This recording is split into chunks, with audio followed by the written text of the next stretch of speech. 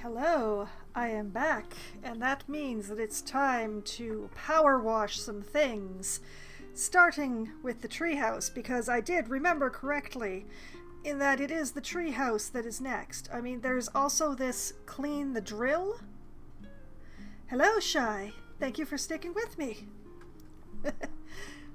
But yes, we have two things on the docket in career mode here. We have clean the drill and clean the treehouse.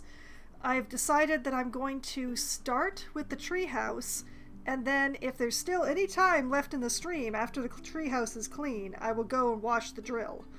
That is the choice that I have made, which I will probably immediately regret. But that's what's happening. So, Hunter Lode, Great River County National Park. You probably think I built this filthy treehouse deep in the forest because I've let myself go, but actually it's because I'm searching for the missing link. Problem is, whilst I'm out looking for them, and even sometimes in the dead of night, pranksters come all the way out here hollering unearthly noises and chucking stinky mud around. A few times now I've slid down the steps and cleaned off the edge. Of course, I've got the reflexes of a mongoose, so I always land on my feet and never break no bones, but it's probably time to get the place hosed down all the same. Thanks, Hunter. Hunter, if you've nearly killed yourself on this thing. I remember doing that treehouse a long time ago. Oh no, no crying. There's no crying in PowerWash.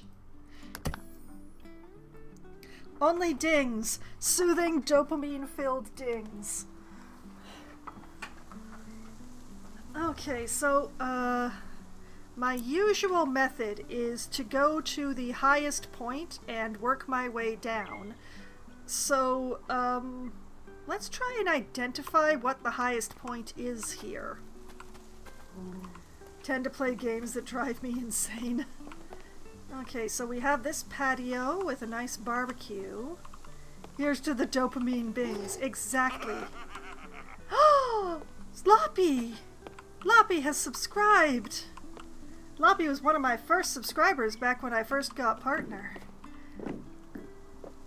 Okay, I'm pretty sure the top of the house is the highest point, so let me just grab the ladder here and put that there. We'll realize that I put it in completely the wrong place and try again over here. Yes, there we go. And of course, the very highest point has to be covered in rust. Why would there be anything other than rust up here, all the way up here? Is that a gnome? That's a gnome! How did the gnome get over there? Let's just, be free! Okay, where was I? Oh yes, dealing with rust.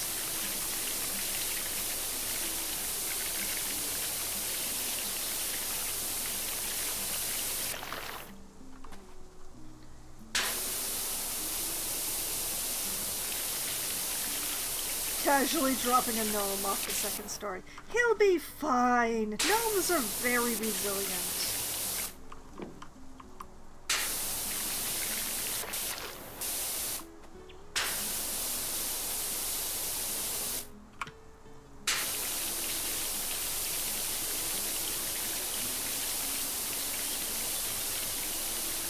Negligent at best. It's fine! He's fine! Everything's fine! The gnome is fine!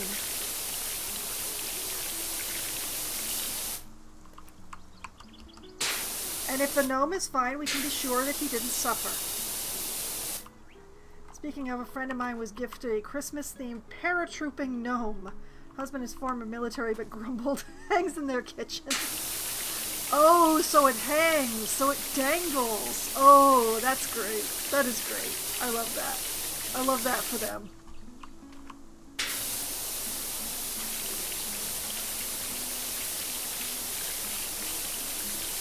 Man, why does rust gotta be so... Why is the very first thing that I go to wash, covered in rust.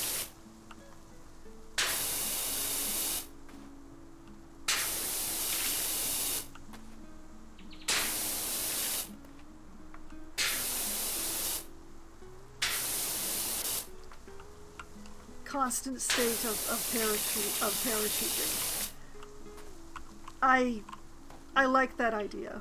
I love that idea.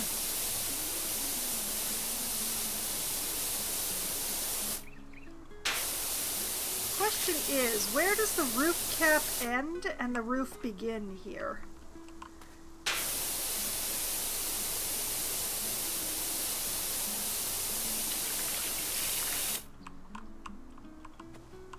Like the rust a lot more and easier things.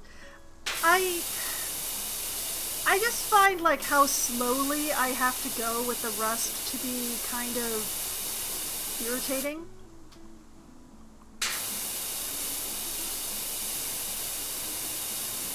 Okay, so this part is the roof, which means that the roof cap is just the metal part.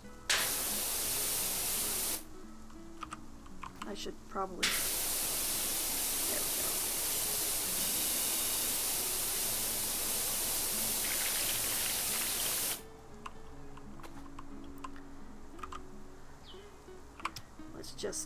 Let's do it this way. Whoop.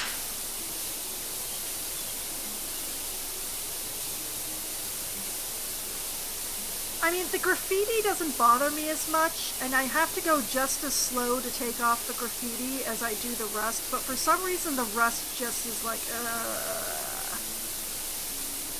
I don't know. The rust makes me unhappy to see it.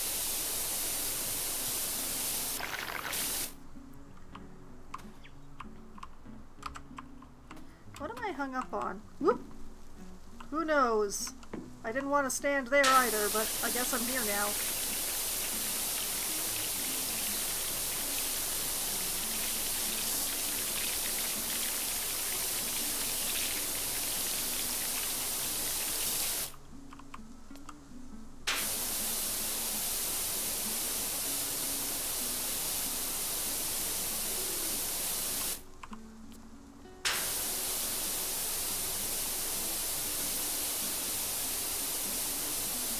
Like, this moss is actually really satisfying because it just comes off so easy. I just sweep over that and it's gone. Makes me feel cool and effective. Effectively cool?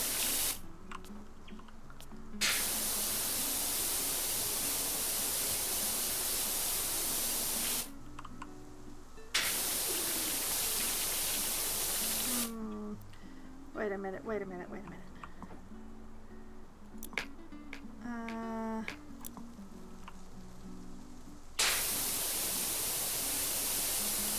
Okay, that's better.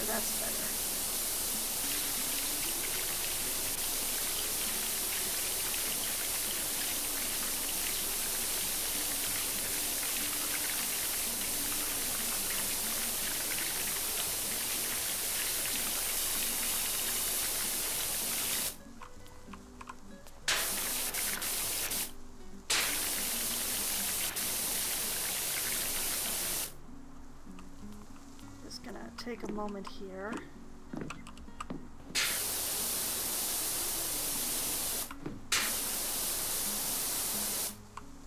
Just run along the top.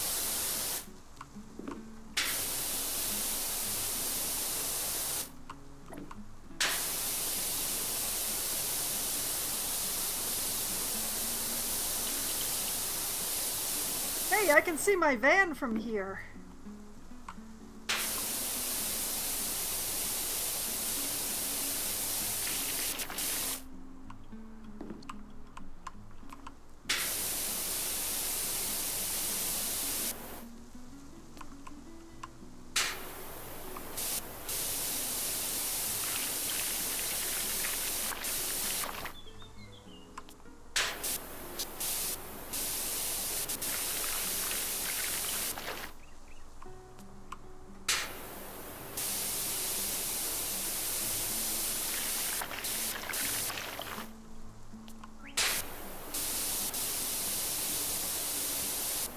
we go.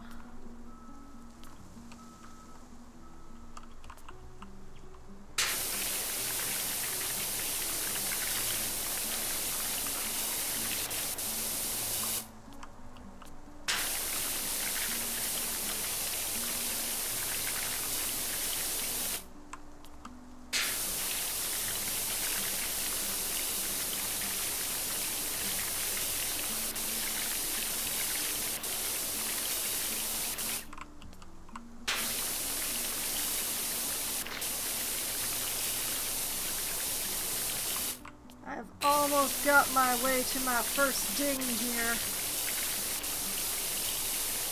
As long as I don't rush myself too much, I'm going to get a nice ding on this roof cap soon.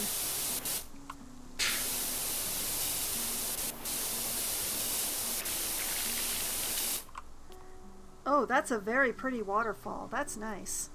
Okay, back to what I was doing. Y'all can enjoy the waterfall whenever it comes back into view, but me, I've got a... How dare you. Man, look at this rust just clinging on there.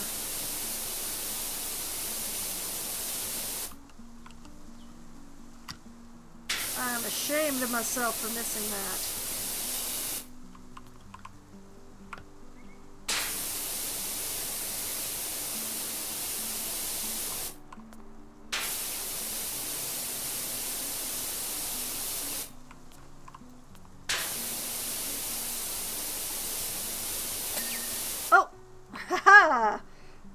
Oh, it did the thing where it decided I was done before I was done.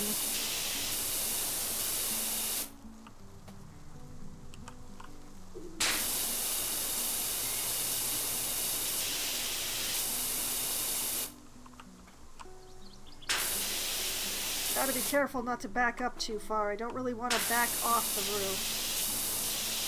Makes it very difficult to clean the roof if you've backed off of it.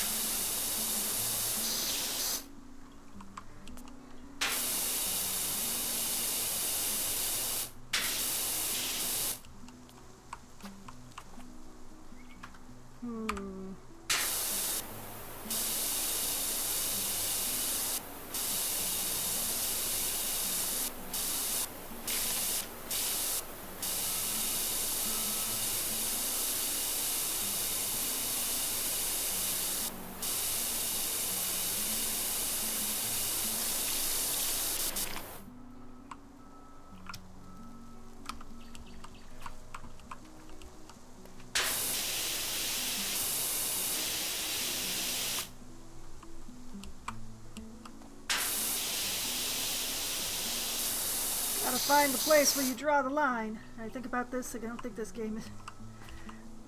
I mean, this sort of game does kinda ask for a bit of patience. Because if you are impatient playing this one, you're not gonna have a good time. Because you gotta be very methodical.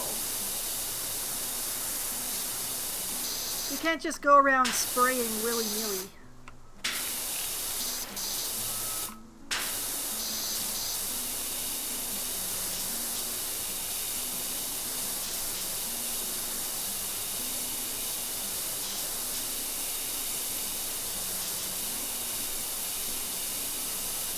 This is actually a very nice roof now that I'm actually got it, I'm uncovering it from the mold.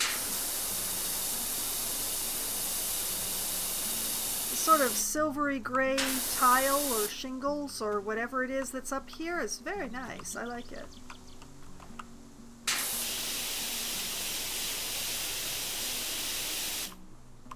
Of course, you can't go around spraying willy-nilly because then willy-nilly will be wet, and Willy doesn't like being wet.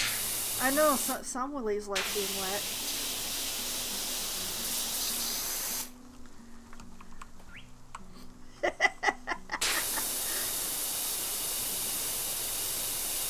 You willingly resubscribed to this, love.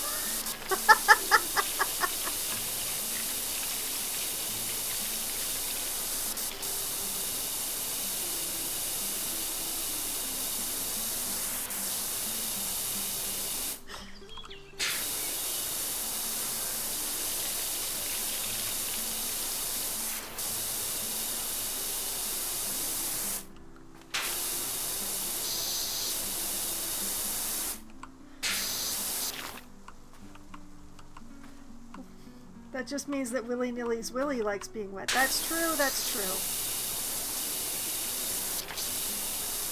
What's true is true.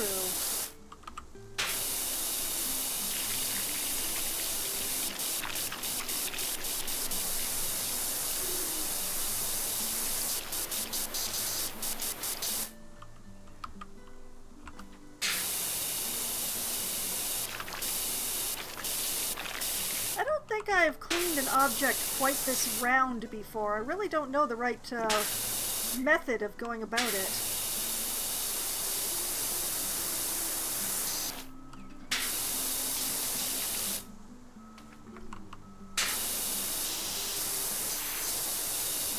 How do you use what is essentially a flat rectangle to clean such a round thing?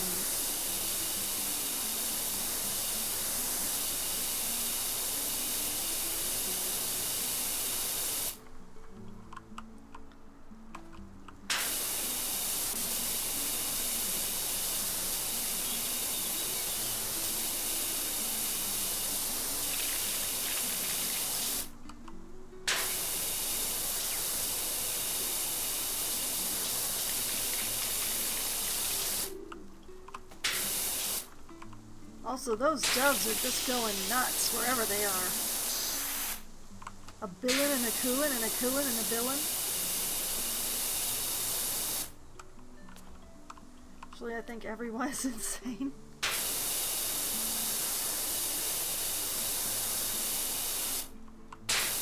Well, it is true that there is no such thing as a 100% sane person. Oh, wow. I got the big round bit done.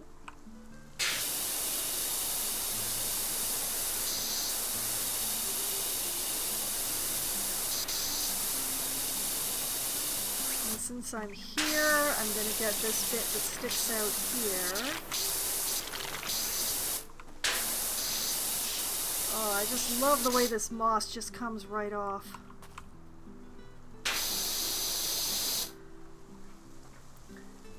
Oh, what I said was, it's true that nobody is 100% sane. It's just that some people's percentages are higher than others.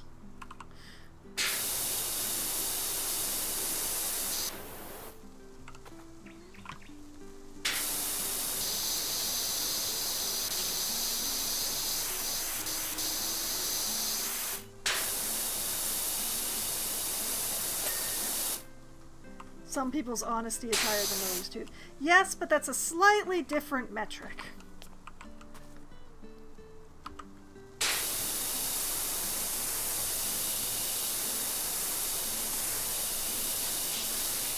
Really, it's mainly that some people are better at keeping it in their head and not having it fall out their mouth or into their actions than others.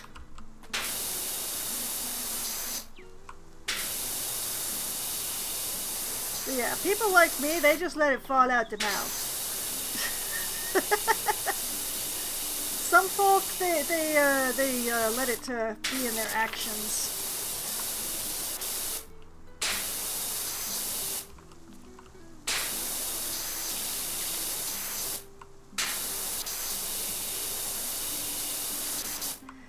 Well, that's the thing, Shy, is that I don't want us to embrace insanity, so to speak, because then insanity becomes normality, and I have never wanted to be truly normal.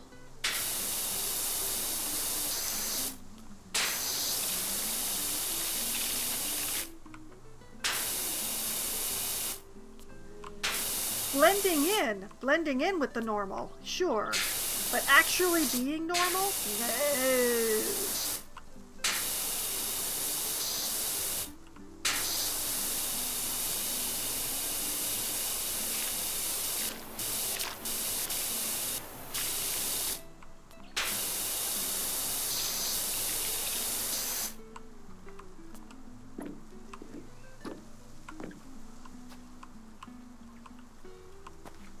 It's not how things work. It's all a matter of interpretation, Shy.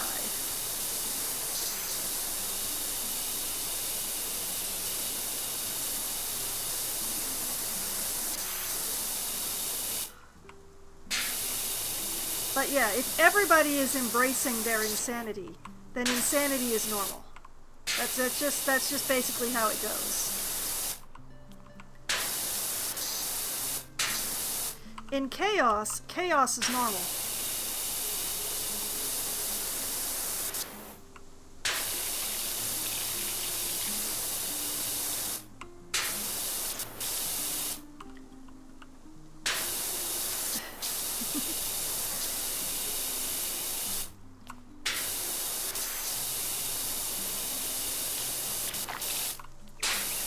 Yes, that's pretty much the best thing about it, is that everybody is their own individual thing, flavor, whatever.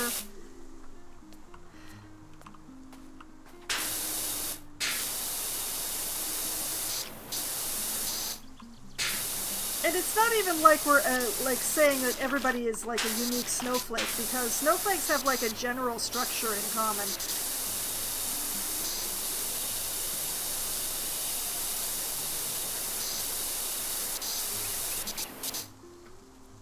Practically a walking stereotype.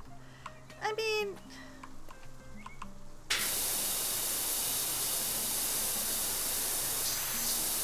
if that's the way you see it, I suppose.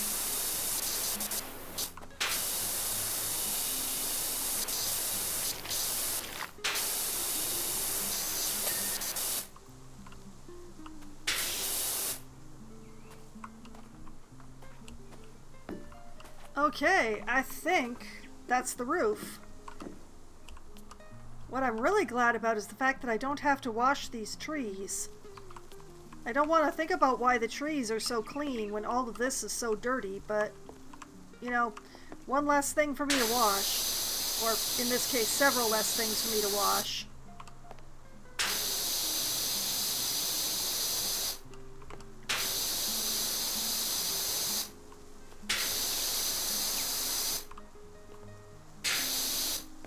Oh man, I missed so much.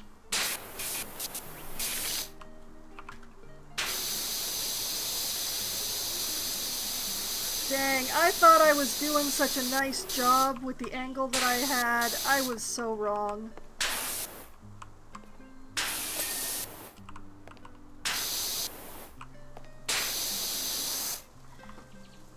Till I have problems when I shorten the argument. But I find it fun, so a bit of a character to my art. Okay.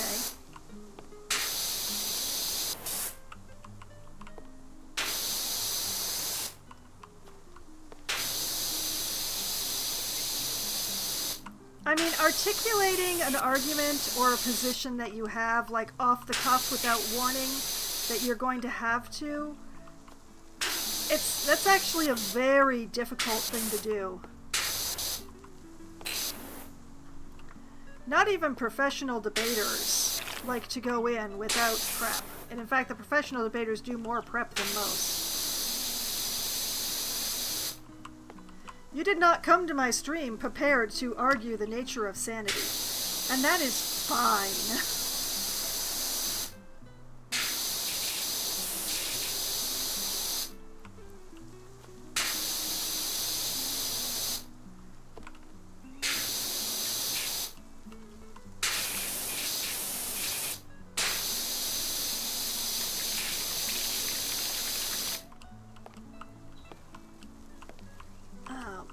It is really difficult to get the inside edge.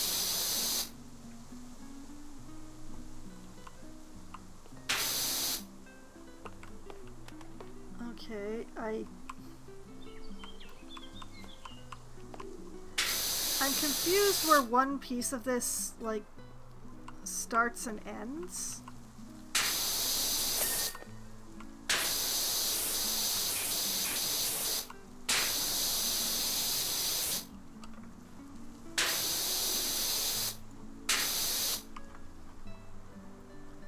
Just don't like social norms because they don't like me. Yeah.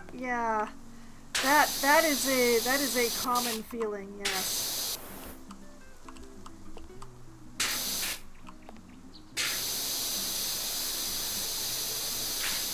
I don't really like social norms all that much because a lot of them feel very arbitrary. But then there are a whole bunch of them that are like, you know, be nice to other people's feelings. Those ones I can get behind. Respecting other people's feelings, as long as they're respecting mine, I do not have a problem with that. I do not have a problem with, like, making an effort to do that.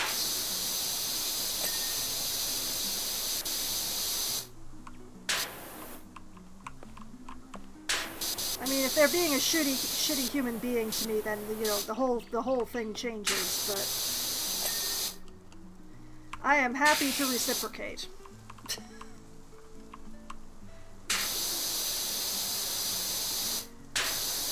But yeah, some social norms, they just seem very arbitrary.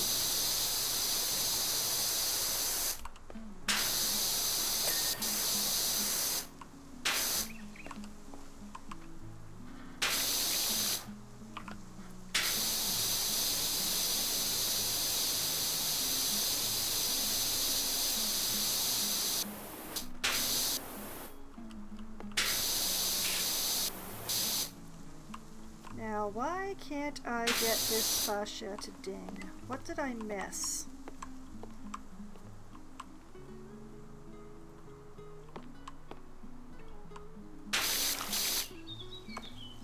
I don't think I missed any of the top edge. So I must have missed the inside. Oh yeah, I missed the inside. Look at that. It's really hard to get an angle on it, but you can like see, yep, there it is.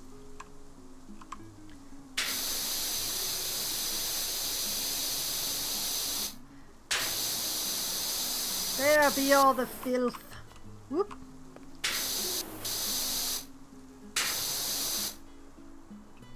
Which means that if I try and do a similar, yes, there we go. Haha! Victory is mine. Effin' IFAC contact.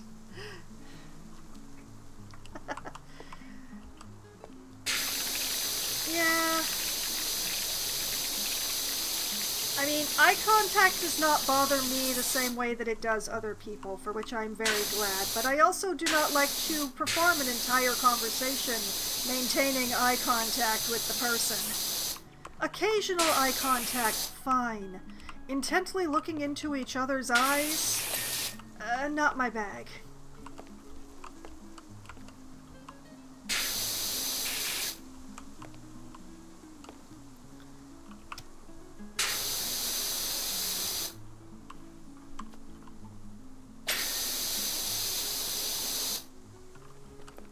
Good wording. Thank you.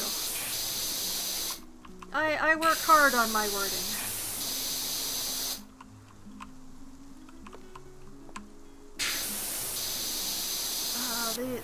This underside is so narrow that it's really difficult to clean.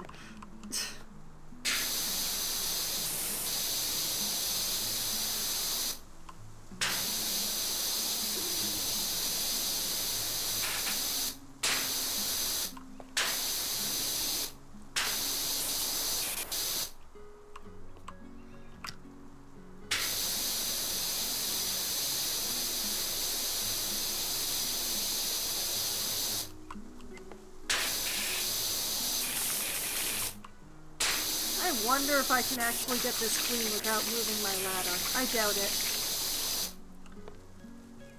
So, let's take this over here, because I know that I have... Why won't it let me put it down? Please let me put it down. Thank you. I know that I will not be coming back to that area for a bit, so it'll be out of my way there.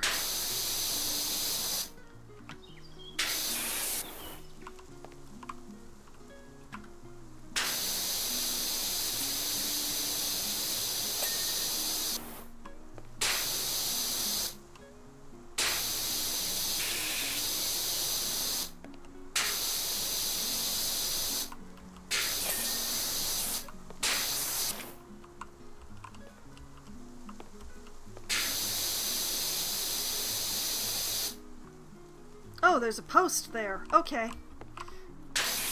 I was like, why can't I move sideways here?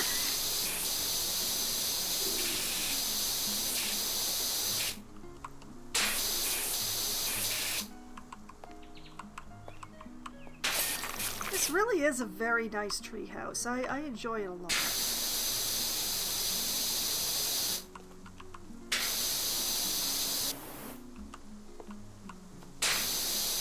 It's really filthy, but it's just really nice looking too.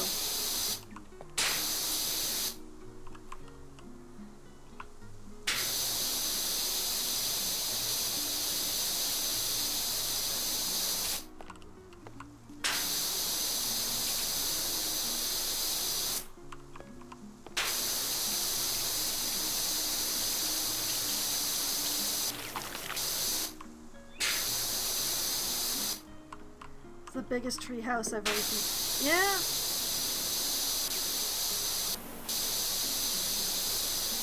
Well, it is officially a tree house because it is up a tree, several trees in fact.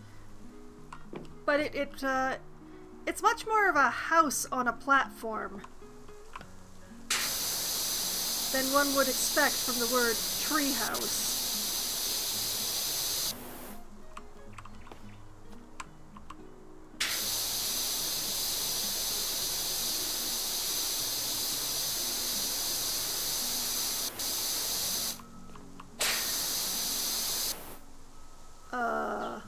Something over there dinged, but I'm not sure what. But I did get it. Oh, that dinged too. Okay. Oh, it's the little wood struts. The little wood struts are dinging. Okay.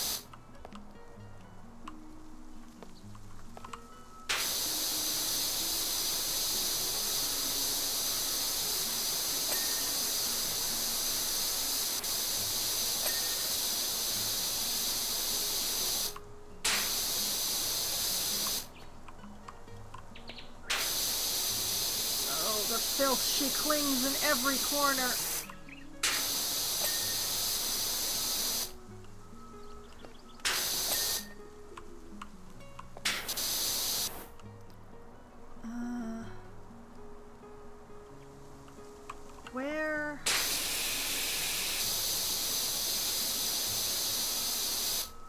Where is the filth hiding here?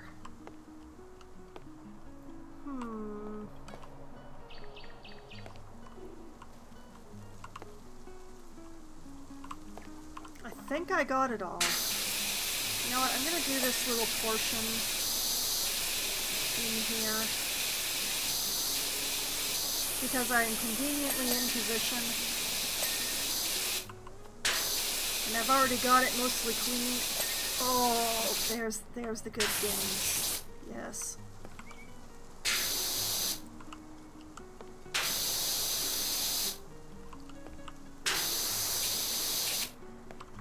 These eaves are a pain in my keister, though.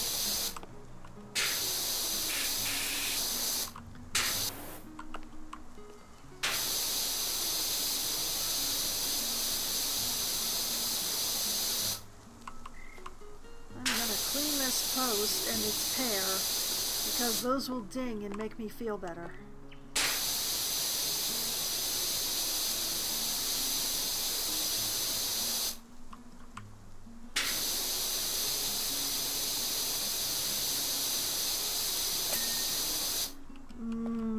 Feels good.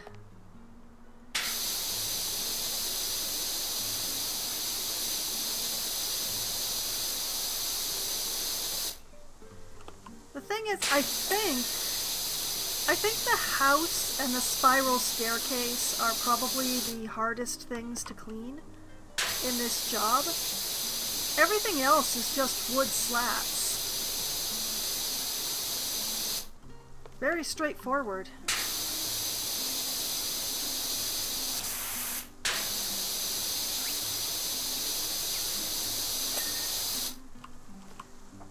There's also the underside. Well, I'm not saying that it's not big, which it is definitely big, but it's very straightforward. Flat surface, like even when they're large expanses, flat surfaces, they're fine. They're good. Straightforward.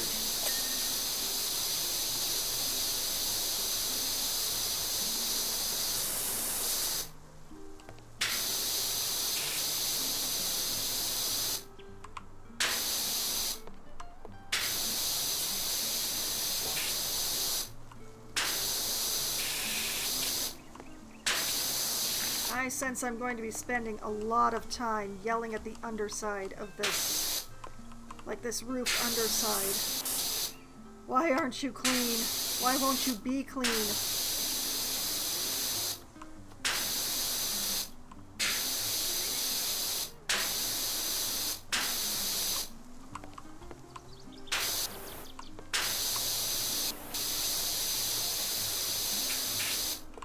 I'm hitting you from every angle known to fox kind. Why aren't you clean?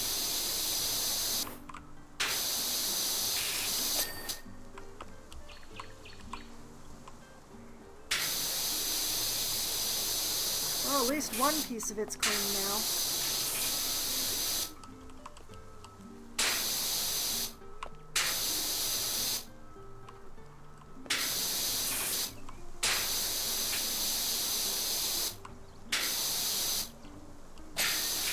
Well,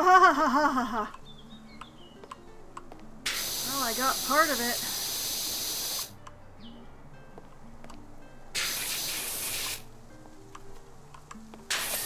Ha ha ha. Ding ding ding ding.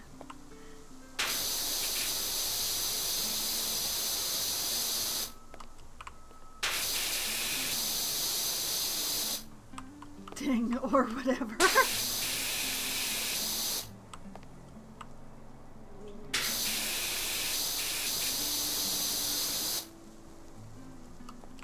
Now, somewhere along this upper house trim, I have missed a spot. Oh!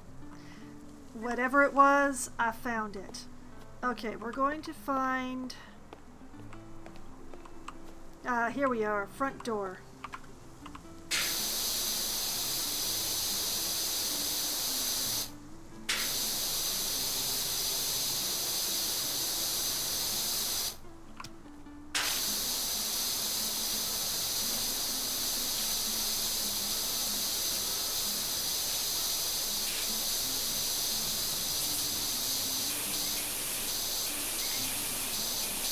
At least I'm pretty sure this is the front door.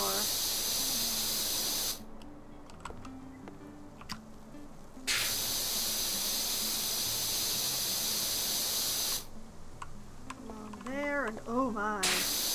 Along here.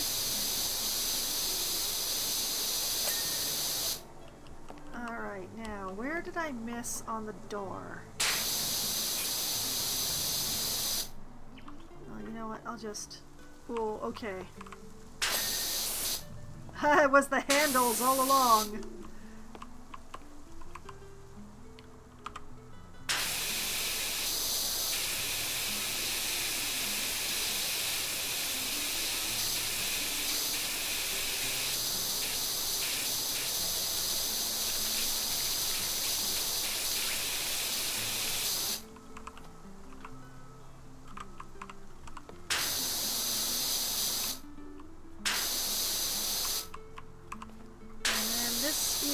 Helpfully divided into sections for me.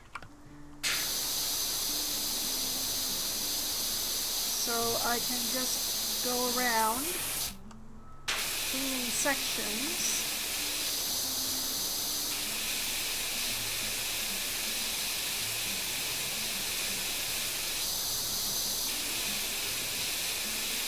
To place less sometimes.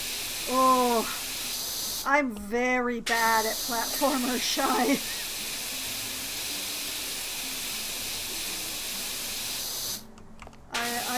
I'm quite terrible at platformers. I have very little practice in them. So I have a rough time.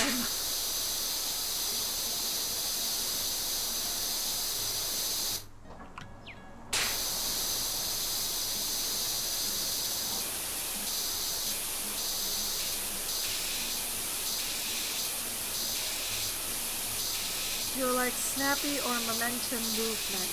I'm gonna have to go with no, especially since I'm not even sure what snappy is.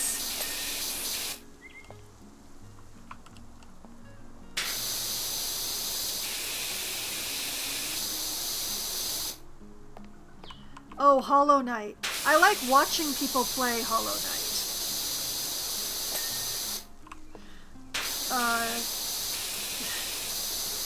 Instant direction changes even in midair. Yeah. I like watching people play that one, but I don't have any real desire to play it myself, I'm afraid.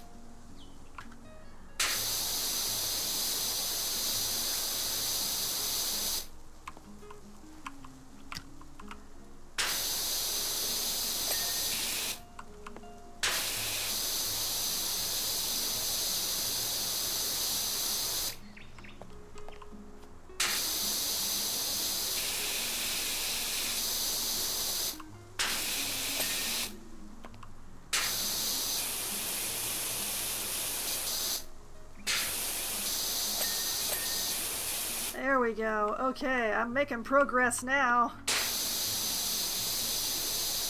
I'm gonna have to move my ladder again soon.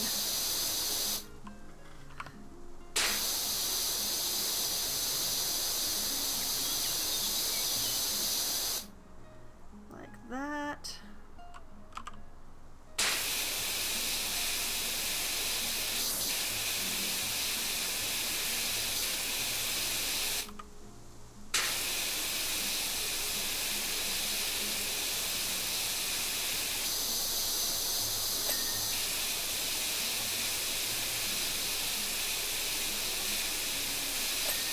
You know, I must admit to some curiosity as to what the interior of this place looks like. Like, what kind of furniture would you have in a house that's shaped like this?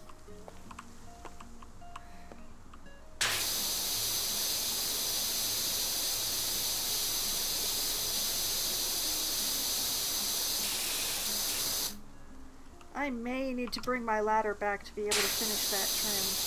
We shall see.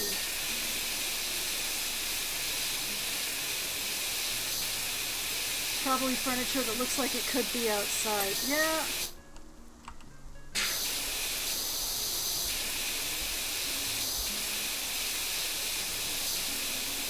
Like that furniture that's like mainly made out of logs. Like it's made out of actual logs, like not that haven't been cut square or something like that. That would probably look right in a place like this.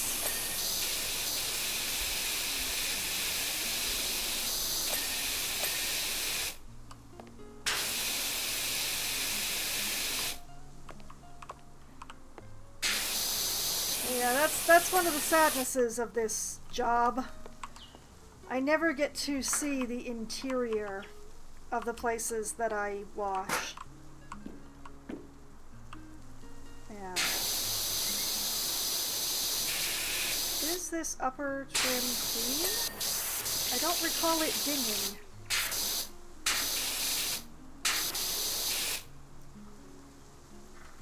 I don't see anything here. Maybe I did get it all. I don't remember noticing that dinging for me. I missed a ding. I must have talked through it again.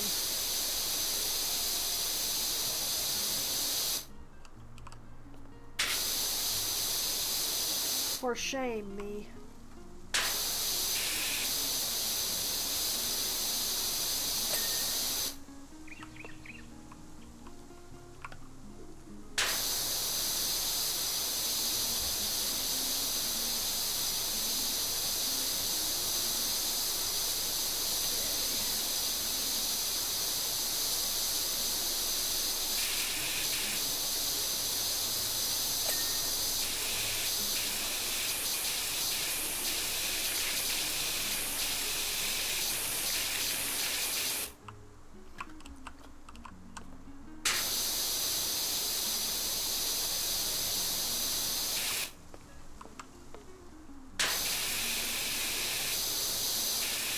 mean, I would not mind living in a treehouse like this. I would mind living in a more traditional treehouse. Like if I had to climb a ladder every time I wanted to get in and out of my house, I would have a real problem with that, especially on grocery day. But, you know, one with like stairs leading up to it, with like these multiple patios, I would totally live here.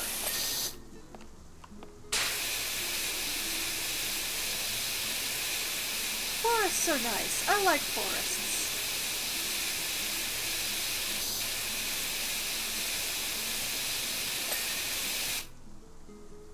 There we go.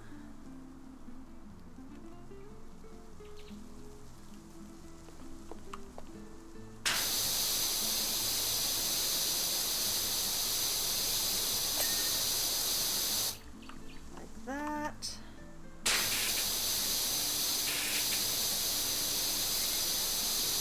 That's the other side.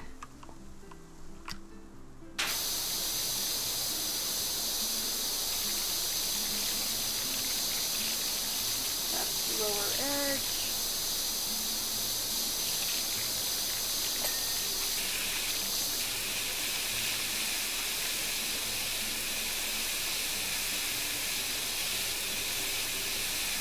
Just keep going. I don't know what this orange stuff is, but it's coming off as easily as the moss, so I don't care. I do like that there's more moss than ash out here.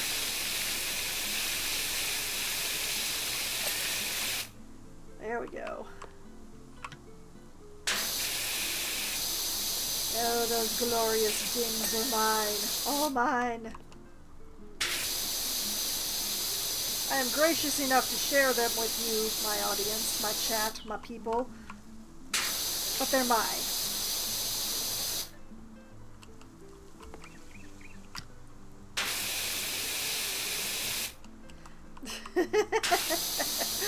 You're welcome.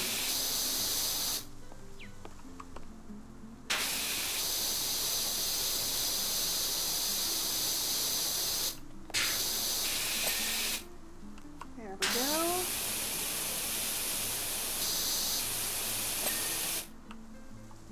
Then we get right down here to make sure we get the stuff under the window. There we go.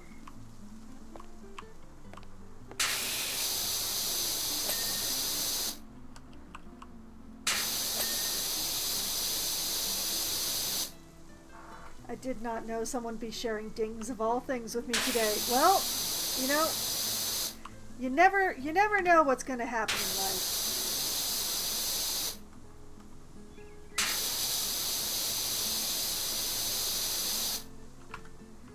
And I mean, dings are better shared, aren't they?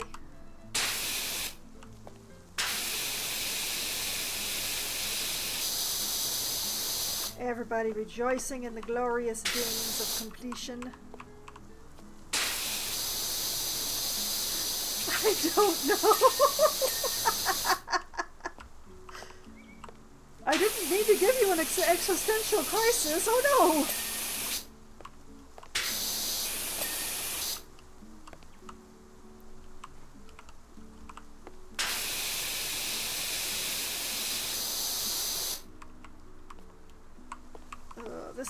This is a very large section, and it's a weird shape, and it's got a tree in the middle of it.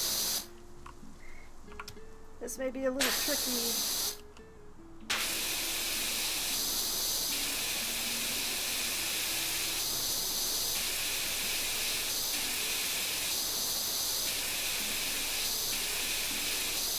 I'll just do it up to the corner this way.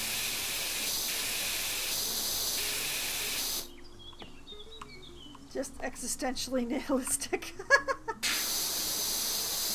See now, there is a $10 word right there. If you manage to pronounce it correctly, which I did not, it actually brings it up to a $15 word. But if you can't pronounce it correctly, it knocks off at $5. It's just the way it works. I have not been paid for this. Well, nominally I have, but I don't get paid per word. This is not journalism.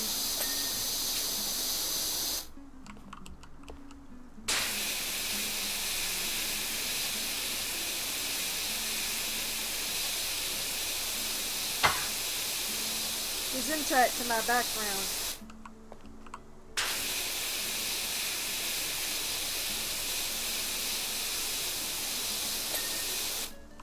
Oh, that was a large expanse. That was a good ding.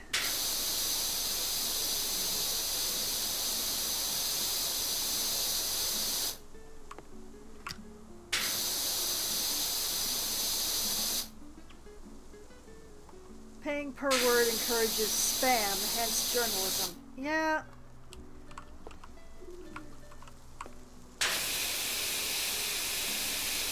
Paying per word is why journalism editors have the reputation that they have.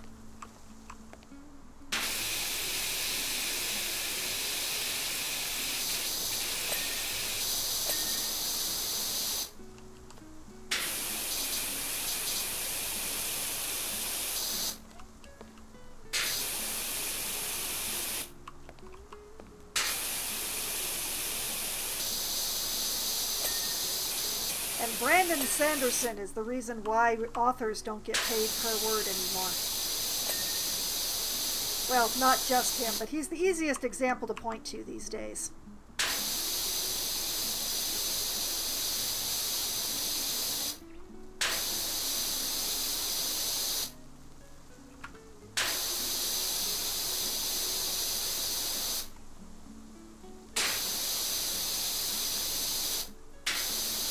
I know no one. Brandon Sanderson is an author who is incapable of writing a short book.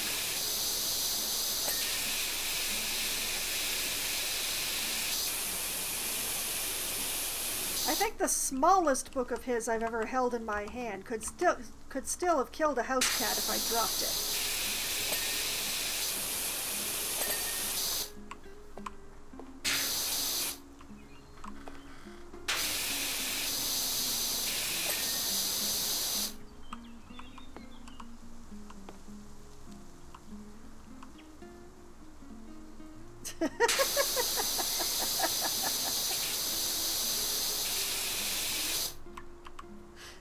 I don't even know how to render what you just typed there, Shy.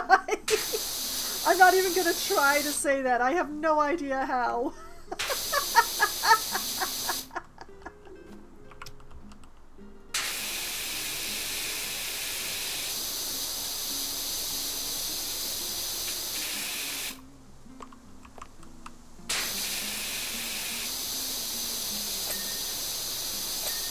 Oh, I see. The eyes were a typo. Okay, that makes a little bit more sense.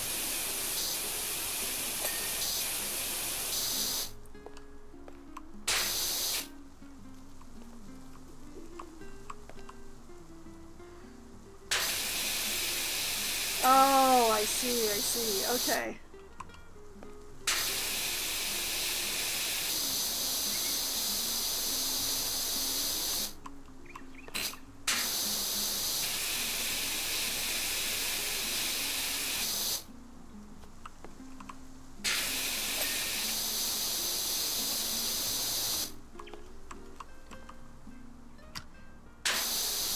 Well, if you're playing Celeste with it, I'm guessing that it has linear switches. Those press very easy. I do have strong feelings about mechanical keyboards. Mainly because I'm not just a gamer, I'm also a writer, so typing is very important to me, and how a keyboard feels when you're gaming with it is extremely important, and those things collide into I have strong feelings about what switches I'm using on my keyboards.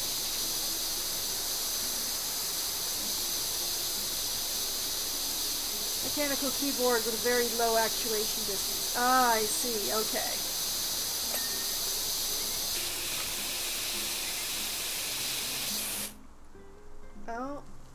Oh, I just accidentally slid my mouse off of my game for a moment there. We're back in. Wait a minute. That that's a handprint. That is a very large handprint, actually. Huh. I think I got cherry silvers. Oh, okay. Are you using cherry profile as well? Because that is also a very low profile.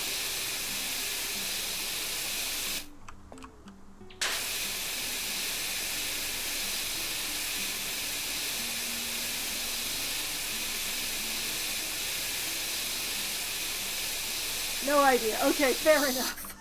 Fair enough.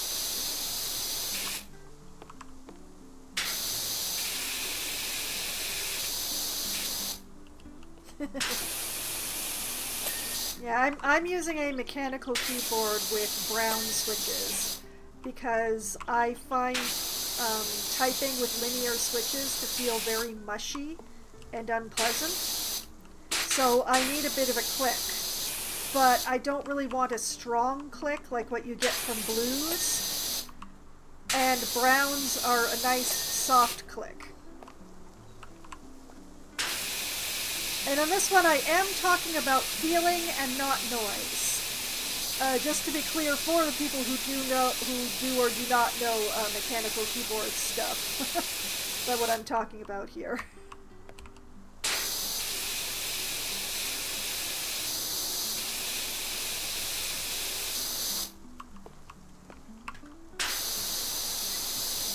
Yeah, my action gamering will never be perfect because I choose to use clicky switches instead of linear switches. But frankly, I'm more for the feeling of using the keyboard than the feeling of winning a game that I would need to have linear switches for. I have cleaned the house! Ha ha!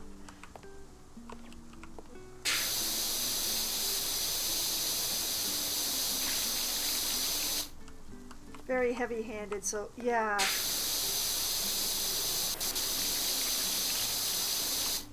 Me, I was a typist before I was a gamer. So I want something that feels more like typing than like gaming. Because that is what I learned.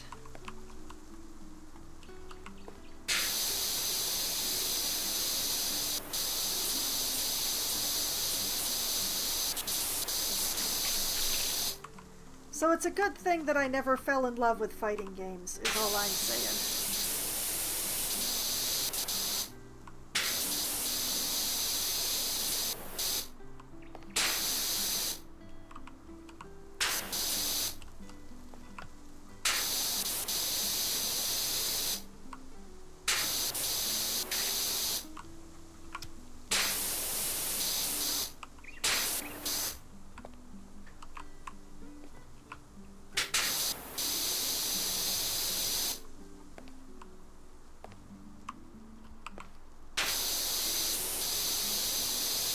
Oh, I am really... I was being very inefficient with that table. It took mercy on me, but it really shouldn't have.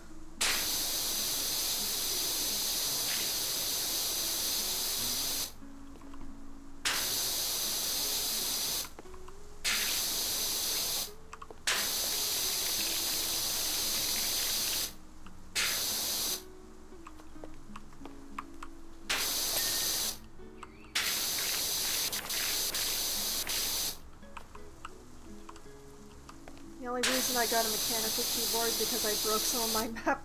Yeah, laptops. Chiclets are awful. Like they're great for compactness, but they're terrible to type on. They're horrible to game on. They're just. It's all well and good for having a laptop and all. You can fold your laptop nice and flat if you've got chiclets. But man, they are no good to actually use. I got a Bluetooth mechanical keyboard to use with my laptop, and I have never looked back.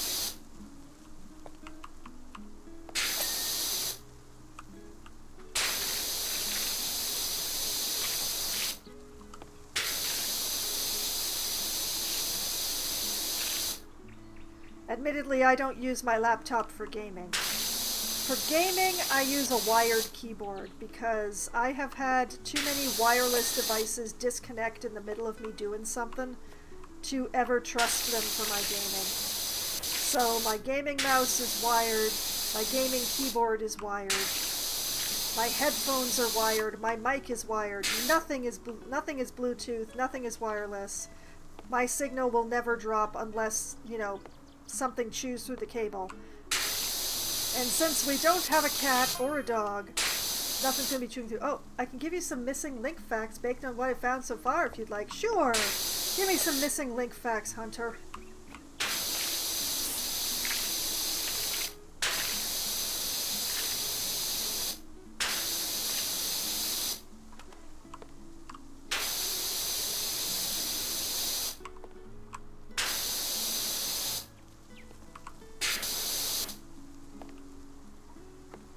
But yeah, thankfully I have not had a wireless device disconnect on me during an important thing in a game. But I also do some graphics work, like, except for my emotes, which were made by a very talented artist named Cinnamon Coon, I made all of the graphics for my stream.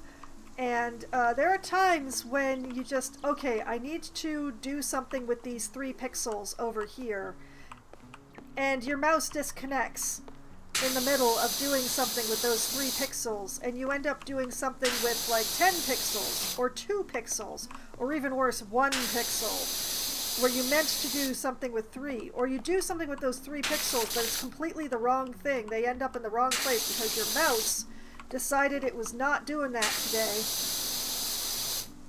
And yeah, I do not use wireless for that.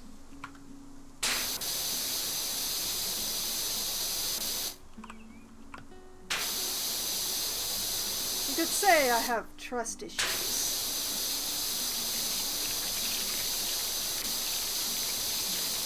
Control Z.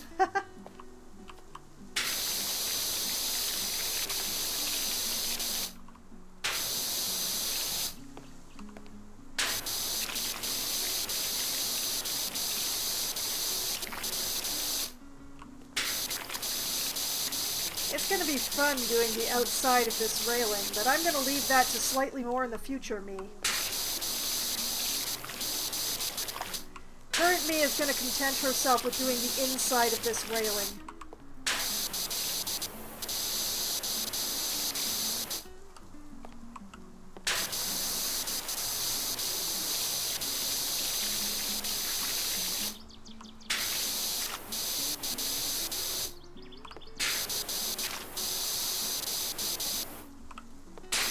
Slightly future me. Oh no, don't worry about it. Future Foxwine is awesome. She figures so much stuff out for me.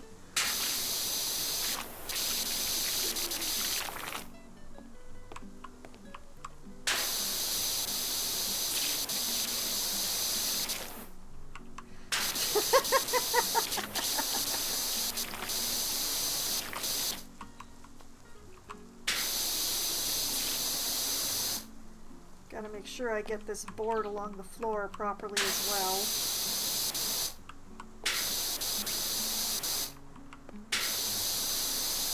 I mean, I know I'm going to have missed something and I'm going to have to end up crawling all over this thing to find whatever it is that I miss. But I'd rather not miss something really obvious, you know?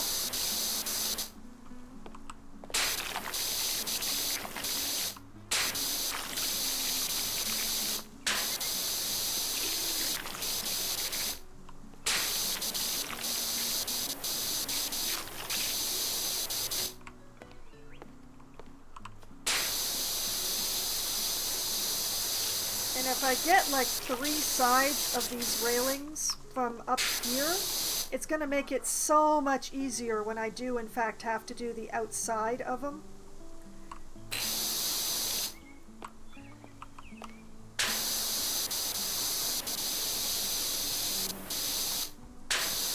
Oh man, that bug sounded like it went right by my ear. I hate it. I hate it. Thanks. I hate it. No. That would be the one thing that I would hate about living in the forest.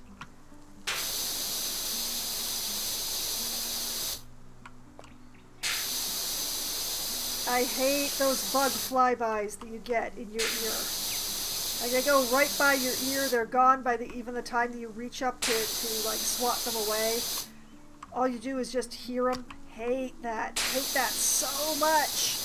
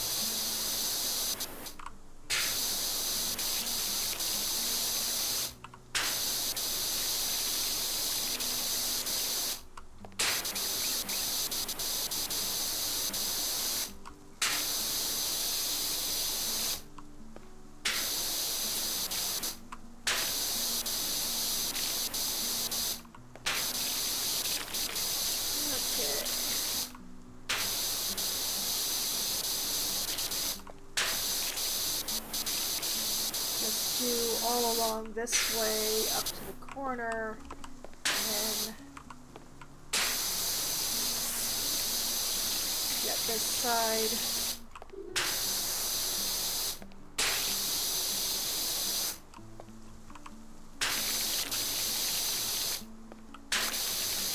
Now, getting that side from inside is going to be next to impossible, so hopefully I'll be able to get a good angle on that from outside.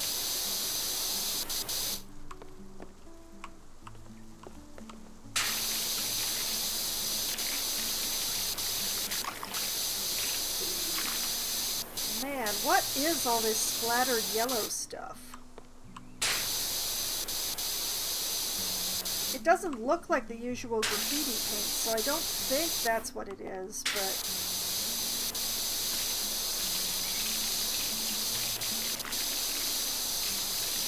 But it's all in weird splatters, and it's not like how the eggs were when the mayor's house was egged either. I don't know what this is. I hope it's just some weird variety of lichen. Excuse me.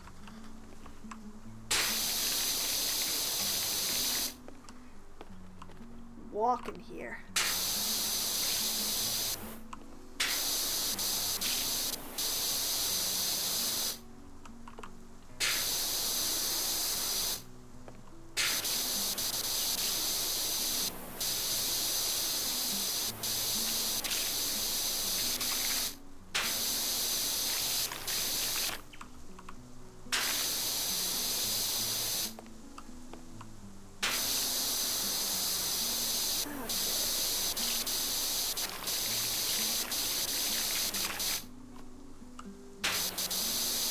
What the heck? This must be the mud that he mentioned people slinging. This like red-brown stuff here. It's gotta be mud, right? Oh God, please let it be mud.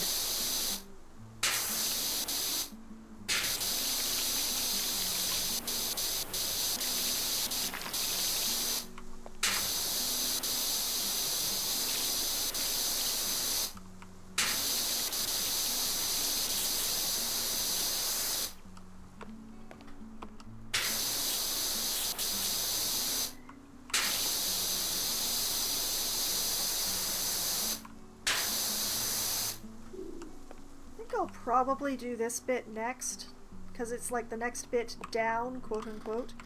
But I'm not gonna worry about that yet. Let's just put this over here.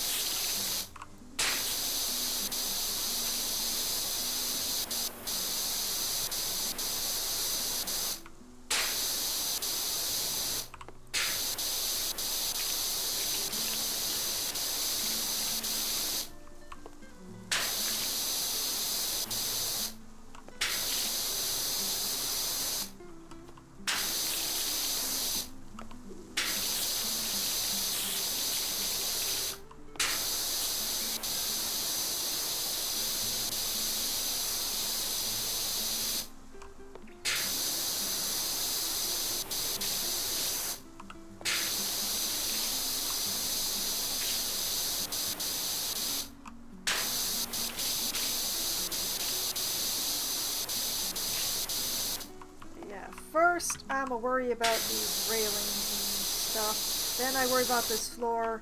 Then I worry about what is the next place down from here.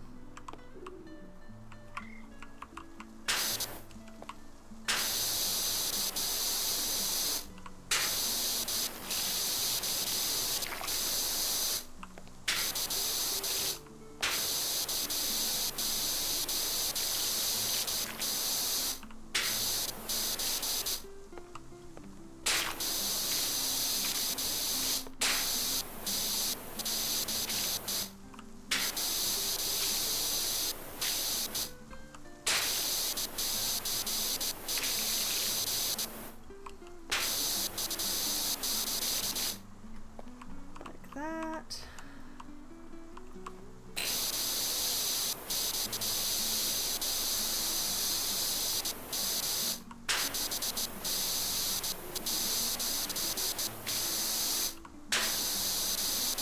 Now the main question to my mind is this floor. Okay, it does say top side. Okay, the top and the bottom are counted as different things, so I will be able to get a ding off this floor from here. Yay. I hate to go too long without dings.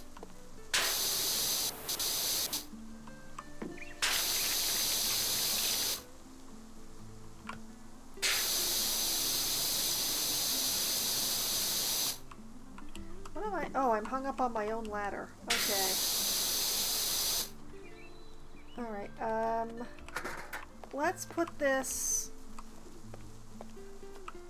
Oh, yeah. Let's put this in here, because that will be out of my way for the longest time.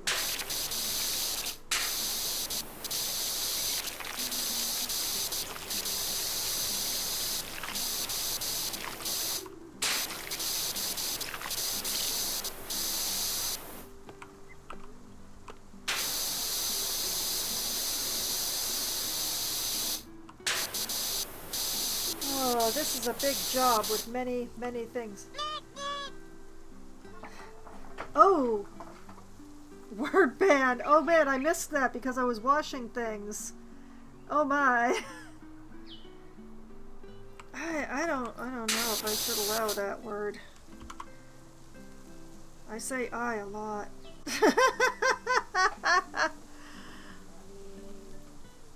Well, hold on a sec here. I gotta... Let's see, that was a 5-minuter if I remember correctly. Where the heck did I leave my timer?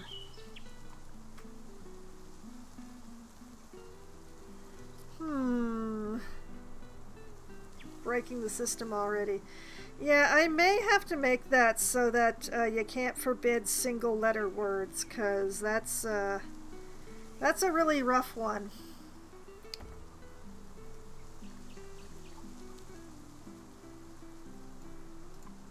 Let's see here. There's my timer. Okay, I found that.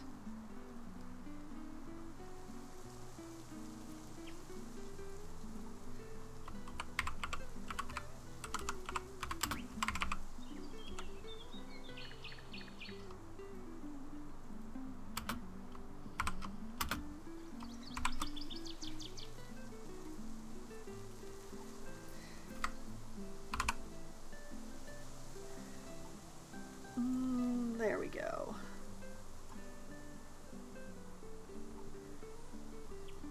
All right.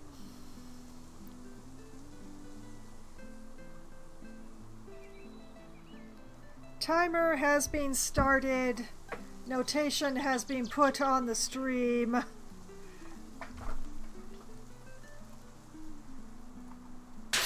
Whoop. There we go. All right. Let's just keep washing things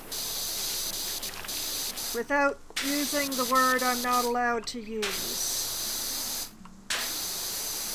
There was one game that I played that one of my viewers threatened to forbid a word that one character was using in dialogue all the time. I'm trying to remember. It was a cowboy word. What the heck was that cowboy word that I was nearly forbidden? Oh, me said word. Me sad.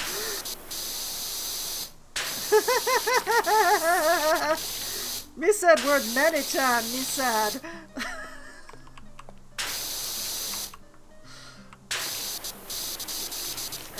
Me remember. Yeehaw!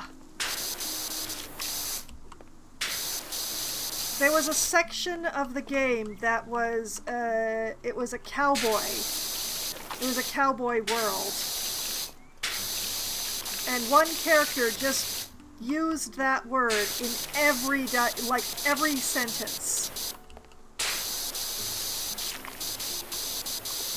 The main problem was that Streamer was not choosing to say that word. Streamer had to read the dialogue as written. So my viewer was informed that they could forbid me from saying it, but I still have to read it.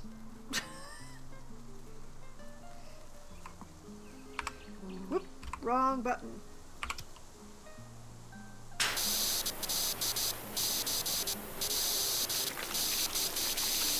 It is really hard not to use the word that you have forbidden. Me struggling a lot.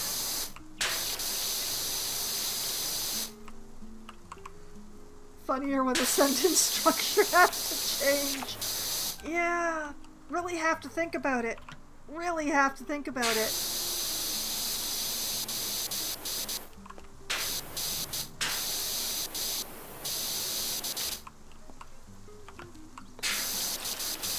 It's hard.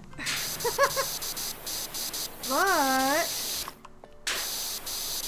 nearly got this part of the railings done, though.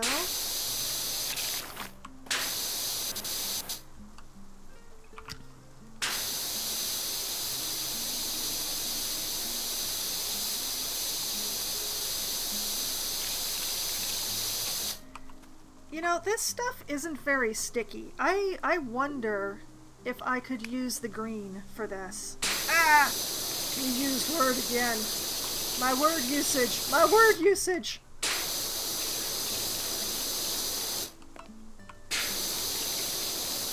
Ah.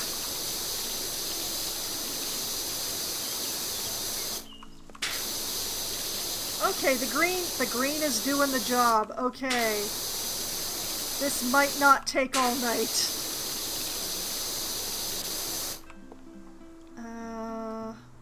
What if... Oh yeah, there we go, there we go. This isn't gonna take all night. Devious cat? Your shyness is all gone and now you're devious?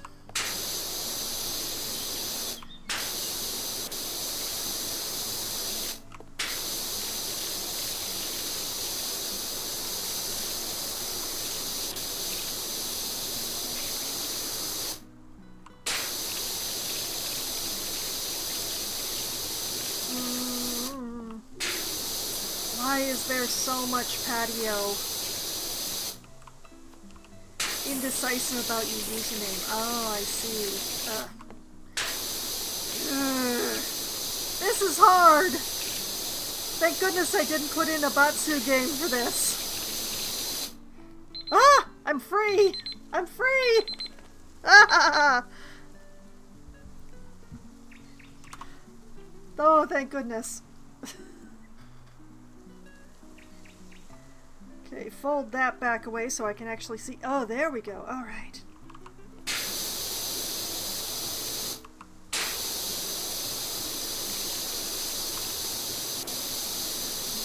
Yeah. I mean, I have been using the Foxwine username for so long that it's me now.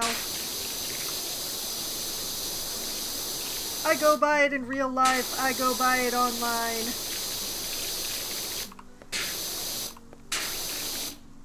My parents don't know it, but that's their own fault.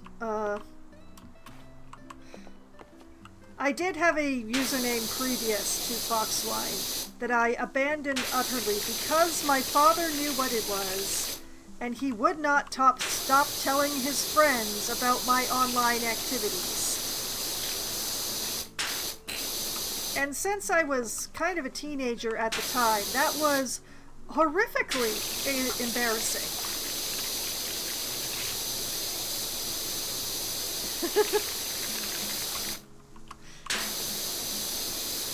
So, because I cannot trust my father with my username, he does not know my current username.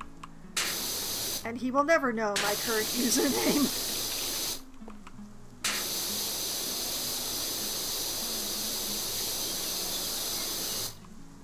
Yes, it was... I asked him to stop, he did not stop, I abandoned the username.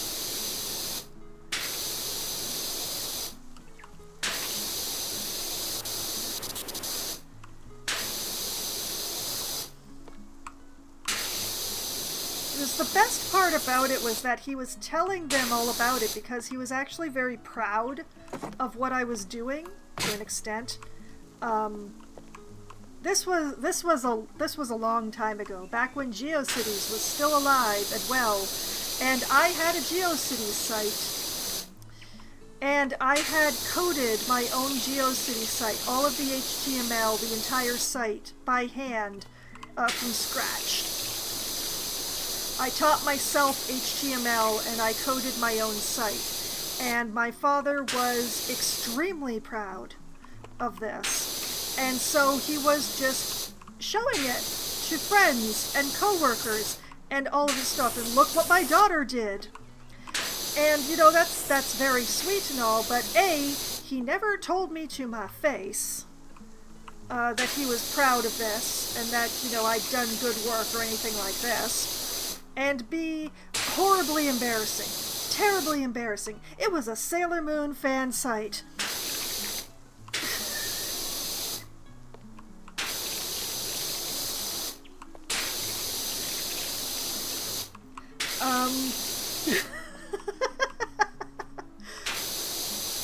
So that username is gone. She's dead now. Her fanfic is actually still up on the internet. And if you knew the name, you could still find it. It's very easy to find if you knew the name, but she's gone. She's not coming back.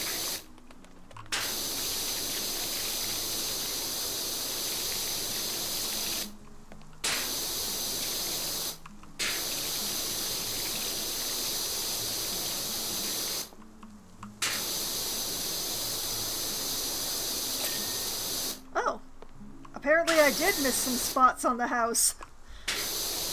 Got them now.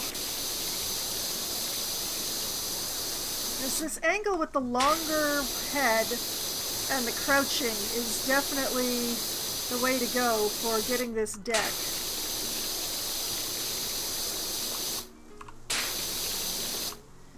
And apparently for finishing off the little bits of the house that I missed. One less thing I'll have to climb back up here for.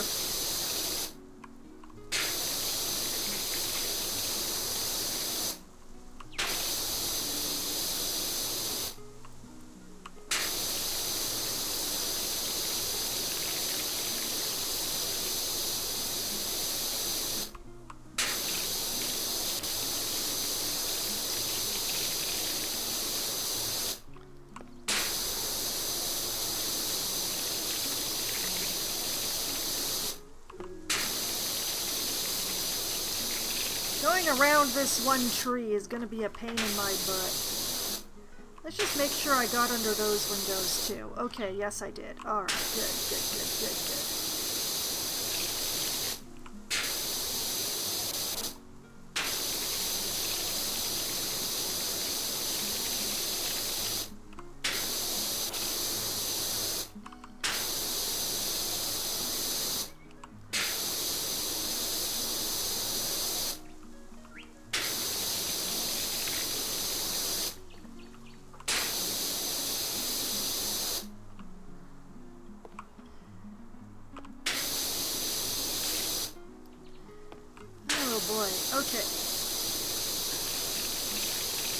was not as bad as I thought it might be. But now I'm going backwards and I really... Oh. I see. I see. Ha ha ha ha. Alright. Are we sure that it is human people who are coming and slinging this sticky mud, quote unquote, at the house? Are we absolutely certain? Oh. Oh, the decking dinged. Oh, life is good. Okay, where... Aha.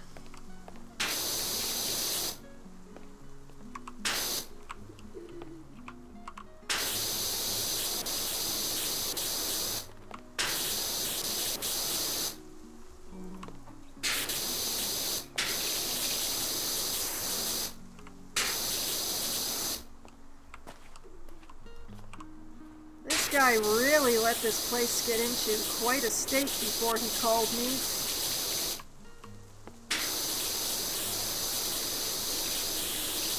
I can't believe I'm charging less than $4,000 for this job. What was I thinking? Never quote before you see the place.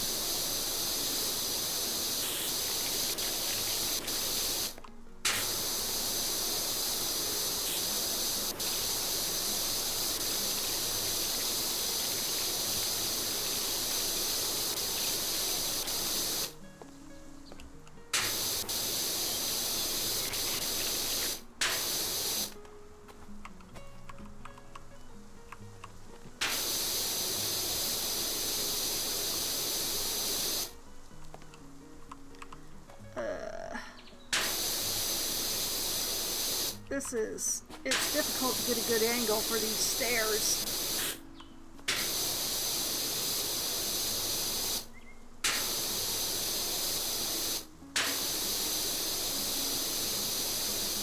Okay, I think I got him now.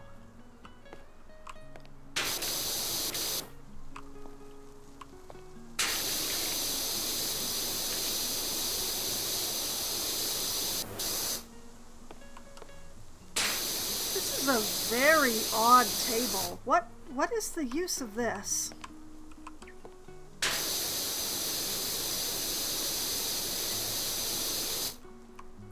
Tangential to internet names, but I thought through the process of an IRL name change. Oh, I see. Yeah, I can totally understand that.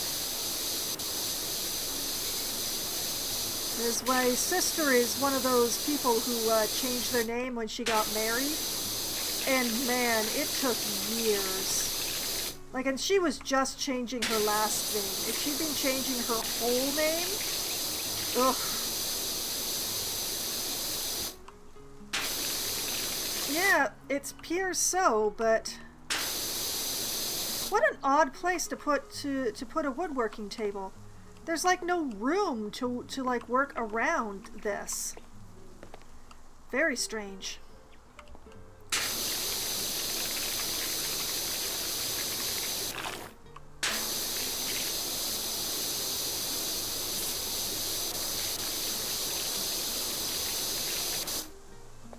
Change first and middle. Oh boy.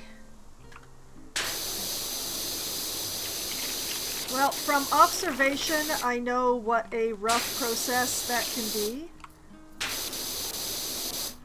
Congrats on your new name.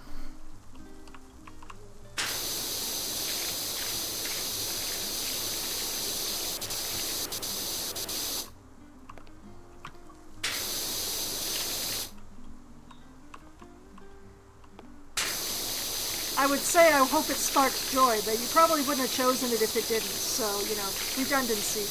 It would be very redundant to wish you that.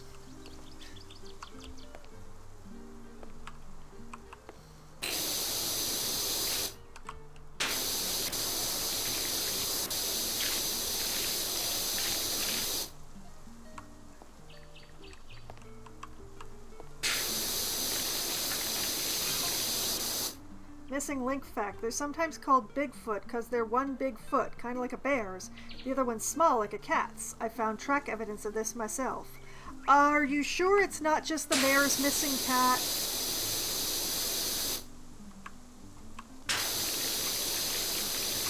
Also, what the heck is with the moss inside the leg? What kind of tenacious species is this going on here?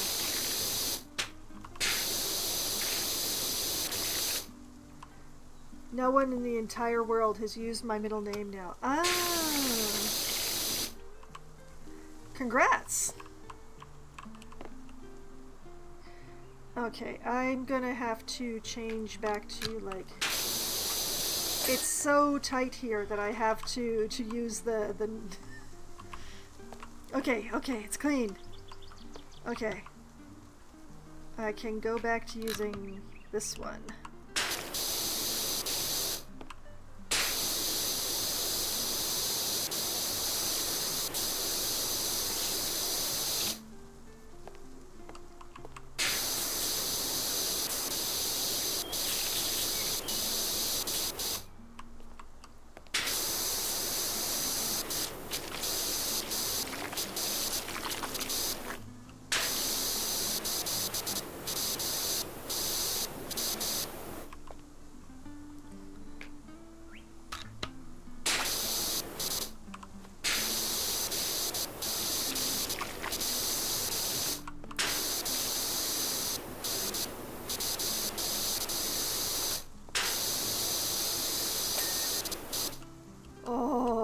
That's nice.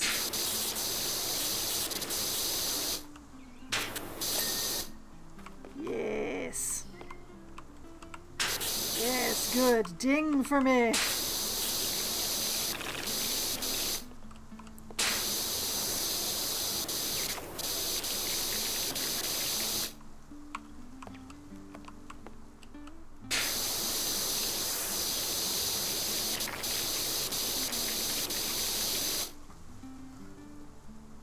I did not know this was an achievement. I saw the scaffolding.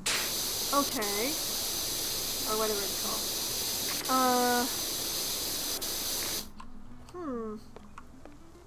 I mean, I know that there are several achievements, but I hadn't actually looked at what they were.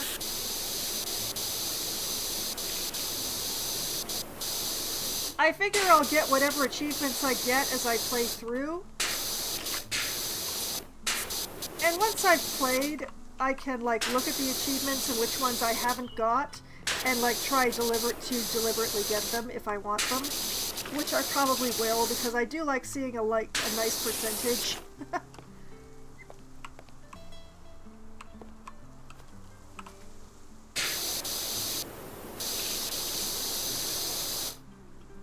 The achievement comment was in reference to the name stuff. Oh, okay.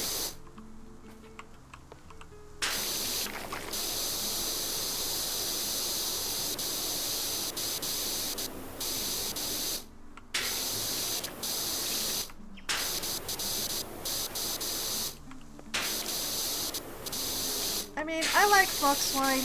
It's almost the name that I chose for myself. And it's good enough. And my legal name, I like it. It's very common, so I don't tend to use it a lot.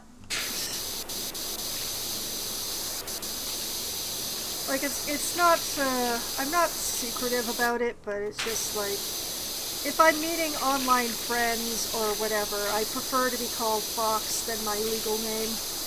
Because you say my legal name and like 8 women in the room all turn their heads. You say Fox in a room, I'm usually the only one to turn her head.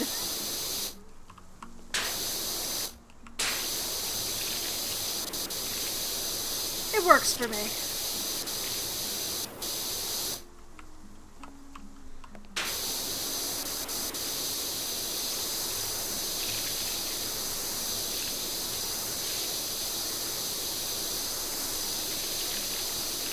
Why Foxwine, though? Oh, well, there's actually a story. That's why I say that Foxwine is almost the name I chose for myself. Basically, back in the day, there was this chat program called IRC. And I spent a lot of time hanging out in IRC. And when I hung out in IRC, I used the name Kitsune Shirogane. Oh, that's a lot of tracks down there. Oh boy. Because I was a weeb at that point in my life, and Kitsune Shirogane means silver fox. And I thought I was using it as like an oblique reference to Arctic foxes, which are from Canada, and I was very clever and happy with that and everything. And there was a particular room that I hung out in at that time. A lot. I had friends there, we talked a bunch, you know, that sort of thing. And one night I was in that room and I had gotten drunk. I had gotten very drunk on plum wine. And everybody could tell. So they started calling me Fox Full of Wine because it was funny. So I changed my name to Kitsune Sake. And I ended up just keeping that because I liked it. And later, as time passed, I became slightly less weeby. I started wandering around on parts of the internet that were slightly less anime infested. And so I translated the name and became Foxwine. Although Kitsune Sake still lives on in various parts of the internet and my persona and such. And that is how the name Foxwine came about. Mostly it boils down to I'm a ridiculous human being, but I like being Foxwine.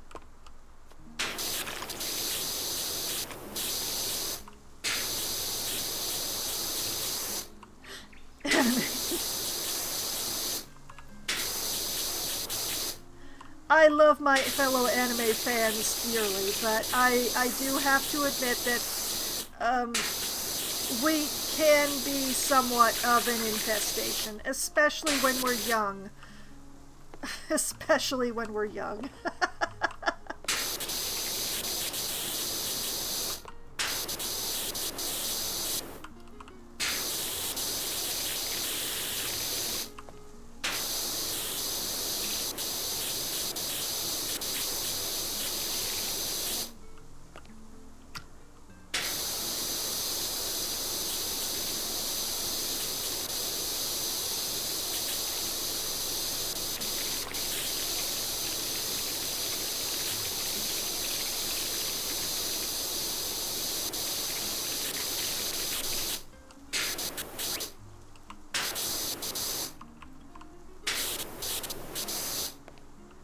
But yeah, basically I reached a point in my life where it started to feel weird being an extremely white girl, calling myself by a name in Japanese.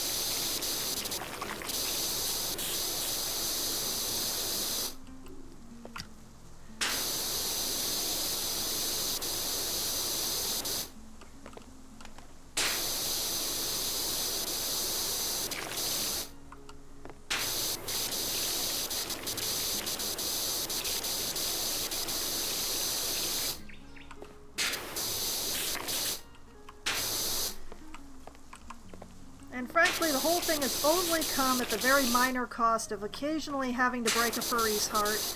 And, you know, it works out. It works out for me. I should probably try and do the underside of this thing soon, but...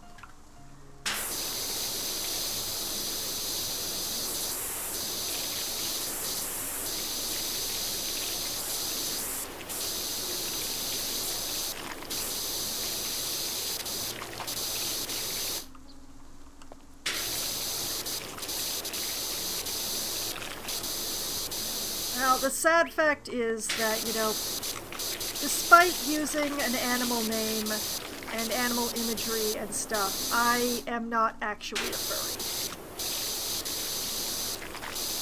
So sometimes a furry, you know, tries to flirt, tries to pick up a fellow furry, tries to, you know, talk furry stuff, and I have to be like, I'm sorry. I'm happy to be your friend, but I can't be your furry. And sometimes they don't react well. But it's better than lying to them.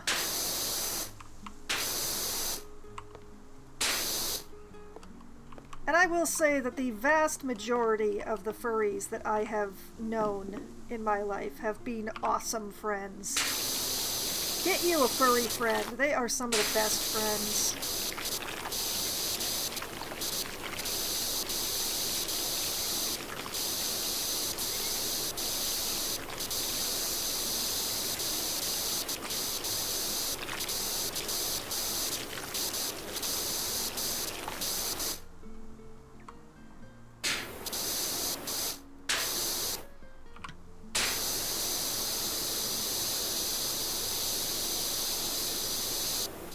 I know that some furries ruin the reputation of others, but the majority of furries that I've known have been awesome, awesome people.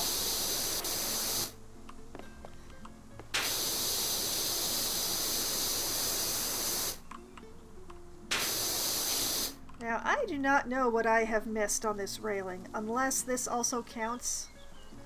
Oh, you know what? That bit also counts as part of this railing. That's why we're having the issue.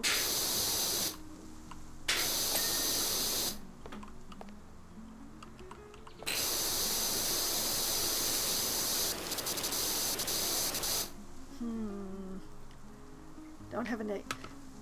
Well, I'm glad. There are a lot of people out there who judge furries by what the mass media has to say about them.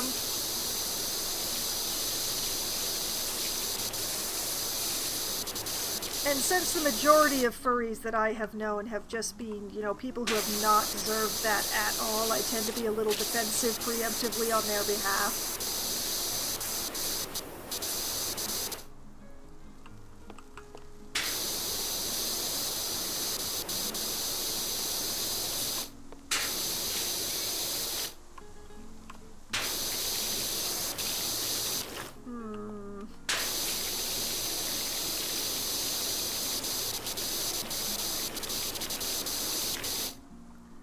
We had a furry event at work a few years ago. Oh, yeah. I remember your stories from driving the tour bus for the furries lop.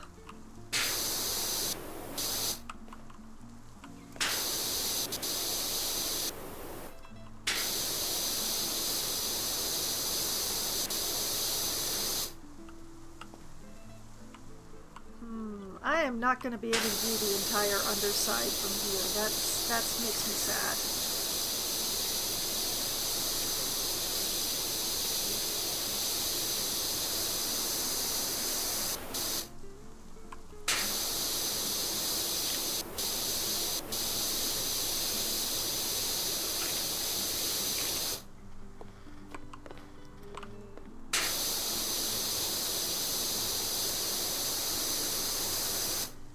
Try and do as much as I can reach from down here, up here, over here, over here.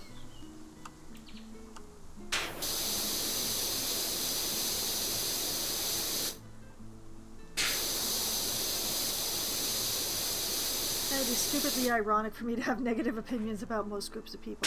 Yeah. There is also that.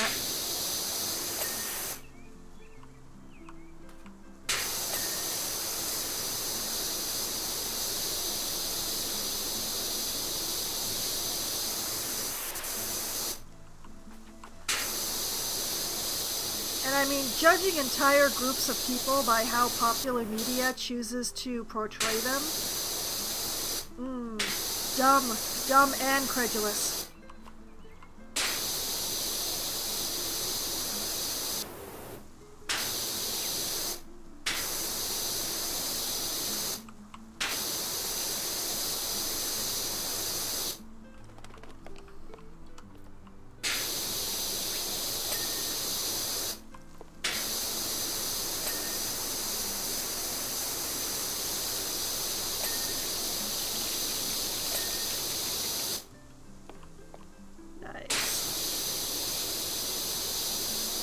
getting some dings from this that I didn't think I would.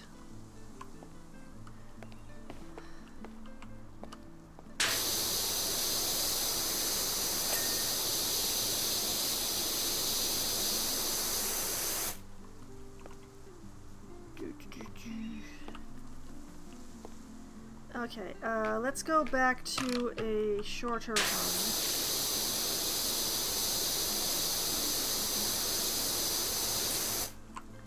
This table shall know my wrath.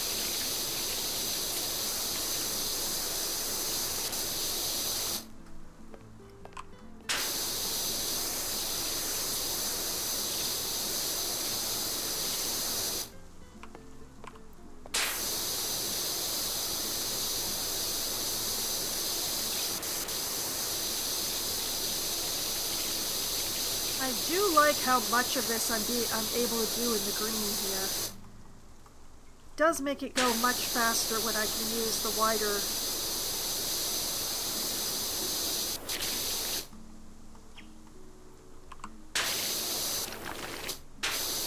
Then I realized I can't crouch low enough to see the other side of the bench, and I got sad.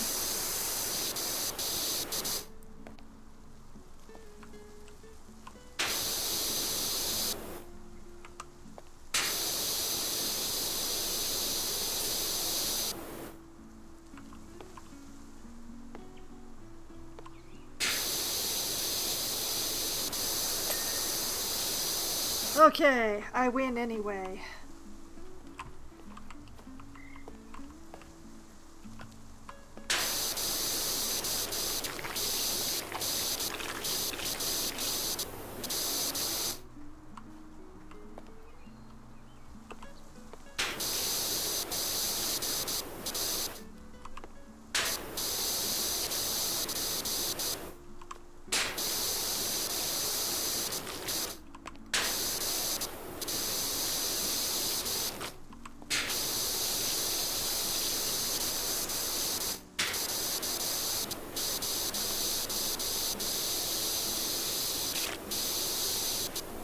Gotta get just the right angle here.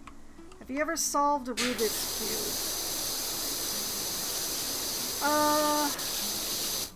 Cube? In my memory, once. In my memory, once I solved a Rubik's Cube.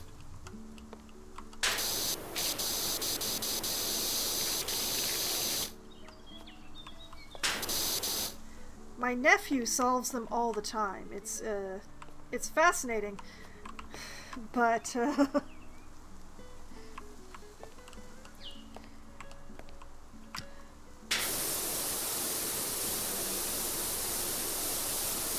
I sometimes have a rough time thinking in the kind of spatials that Rubik's Cubes require.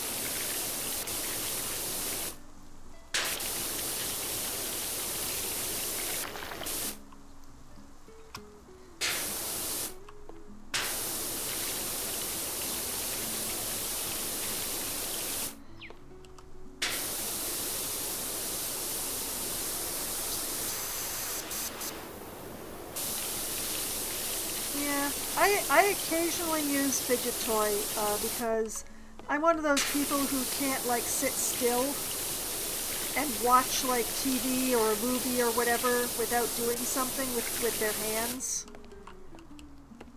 So I have like my sewing, or I have a fidget cube so that I have something to fiddle with so that I don't accidentally break the remote. The average TV remote, if you squeeze them in just the right place and twist just a little bit, they pop apart into several different pieces.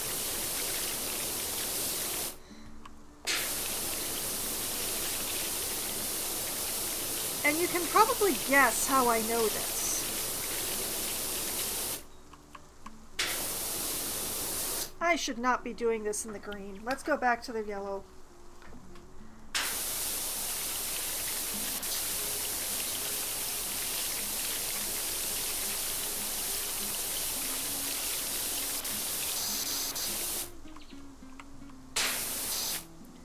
Okay, yeah, the green is still can't take rust off, only the yellow can.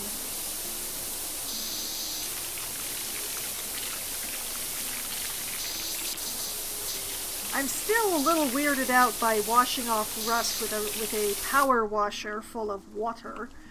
But, you know, my clients pay me anyway, so their problem now.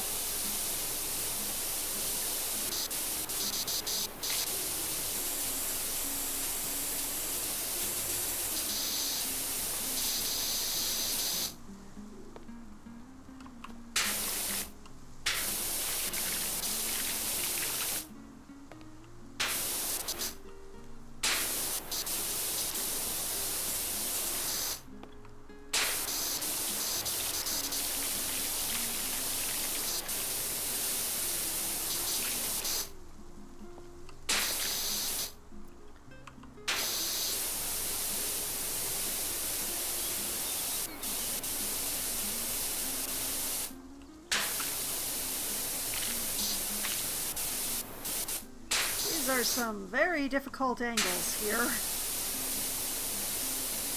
Why, game? Why?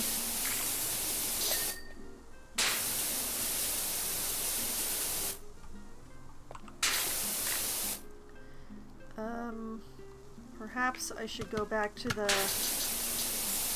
no extension.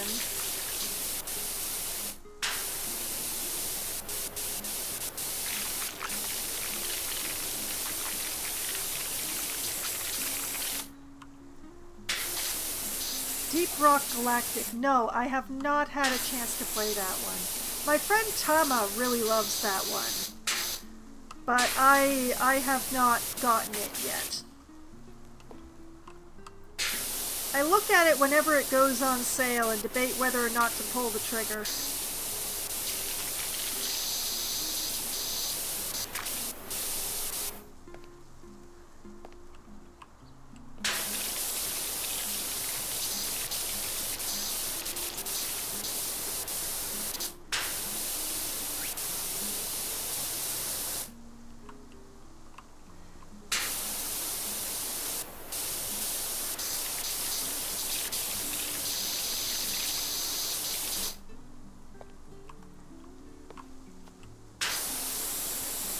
Already played one, not interested.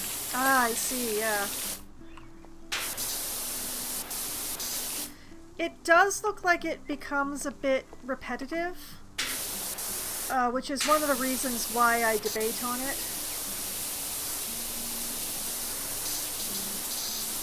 I mean, like I said, a good friend of mine who has been a friend for a very long time loves the game, like plays it quite often. But also plays it the most at the beginning of a season rather than the end, you know?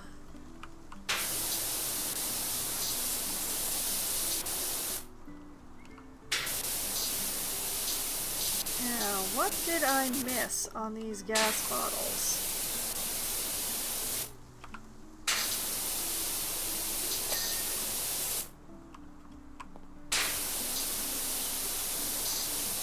There must be an angle I haven't explored. Oh wait, I see it. I don't know how to get at it, but I see it. I see that little line of dirt. It's like right up against this wall.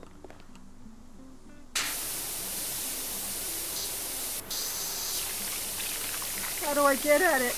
I can see it. I can see it. It's right there.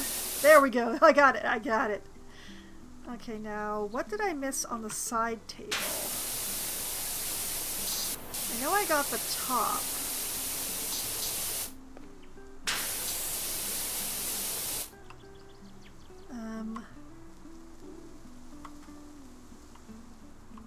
It's a little bit of dirt like there. Did I miss a little on the...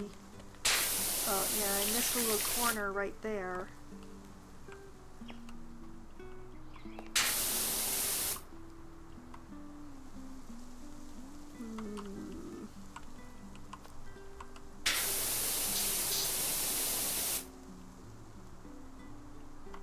Oh.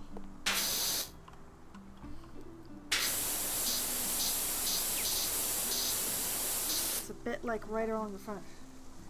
It does take a while to become repetitive. The problem for me is the higher modded difficulties can be... Oh, RNG dependent. Oh, yeah.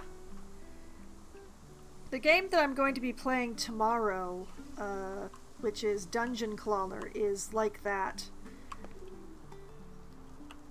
As you can complete the levels on particular characters and all, but you have to like get the right items for that character or else you're doomed. Now I can't, for the life of me, I can see everything else lighting up around it, but I can't see what's lighting up on the table. Oh, that's so frustrating.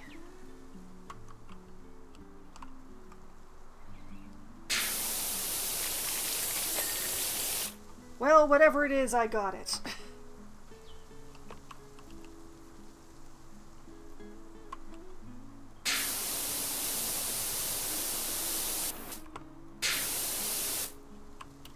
Okay, this one is like...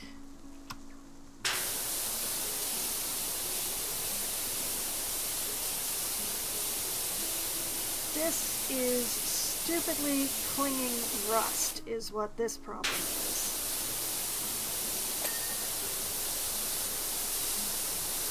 Okay, the grill is clean, but the drum is not.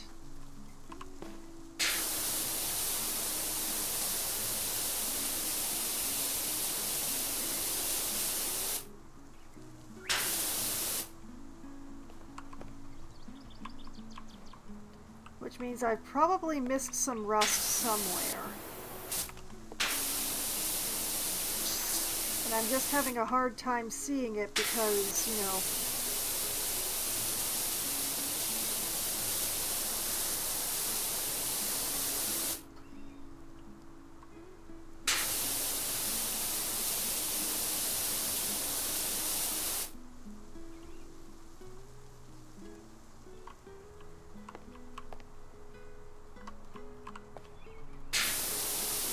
here, a little bit there. A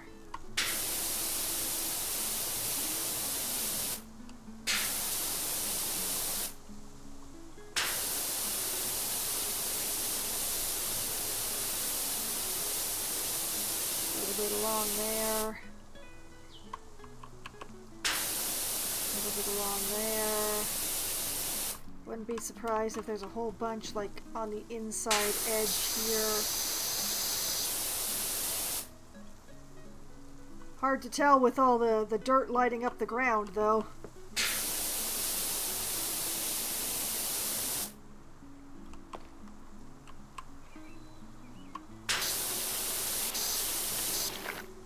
Come on, barbecue drum. Submit to me.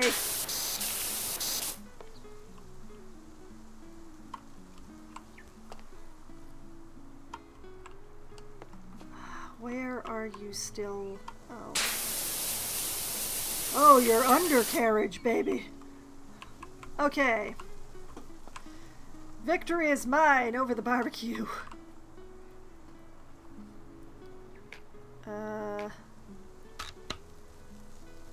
Back to the green and doing the slats.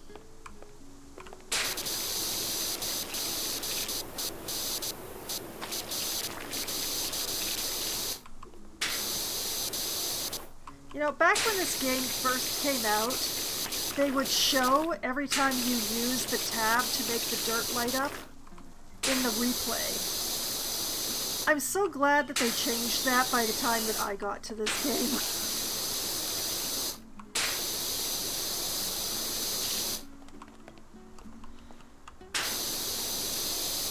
I'm very, very thankful that the amount of times that you check for dirt using the tab key is no longer recorded for posterity in the this is how you did the level.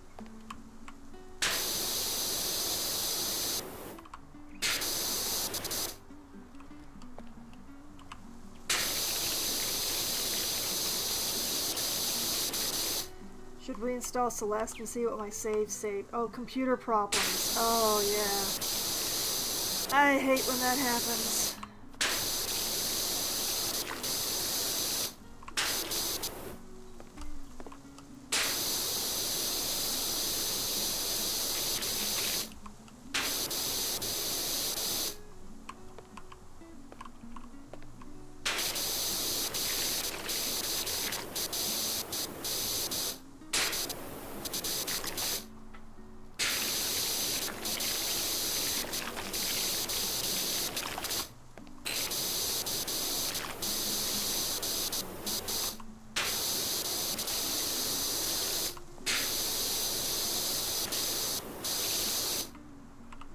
No seriously, Steam saves files for the modded stuff.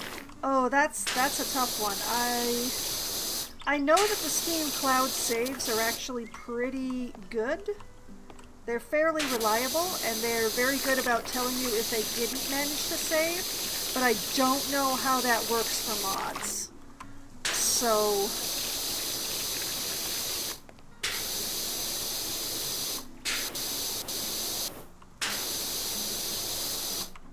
as I don't mod a lot of my games, so I don't have a lot of experience with how that's treated.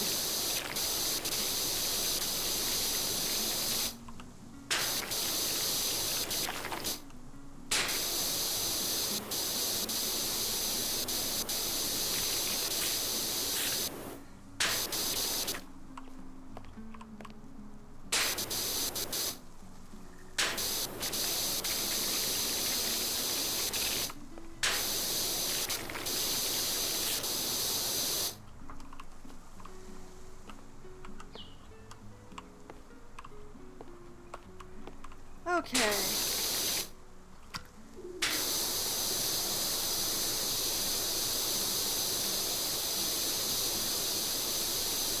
Then we get the floor, much of which I already got by getting the stuff that's on the floor. Although, let's give the under table area a good sweep here. There we go.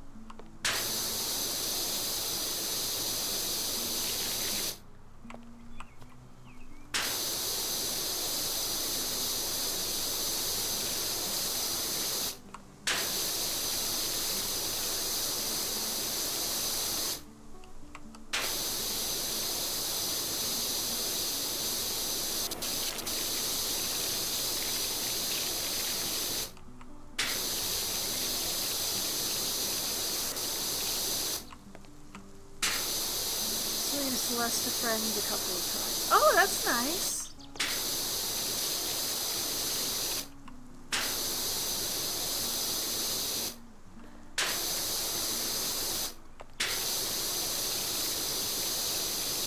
I'm guessing it was Discord streaming sort of thing, like streaming into a Discord chat room.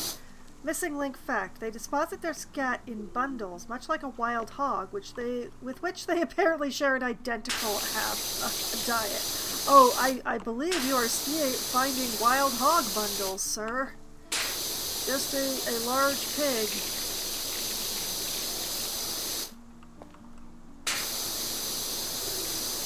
It's always funny when newish players see modded DS. Oh, you were streaming on Twitch. Okay.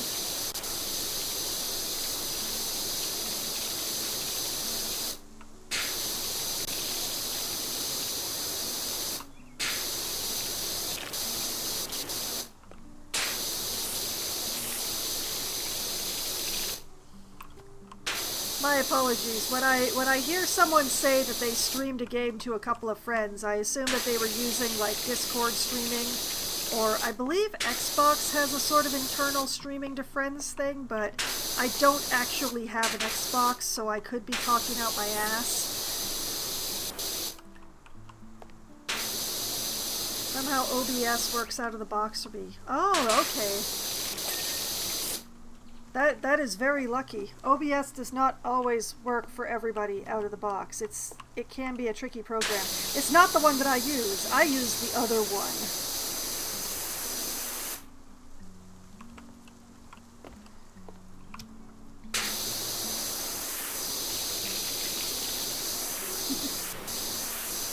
The other one being Streamlabs.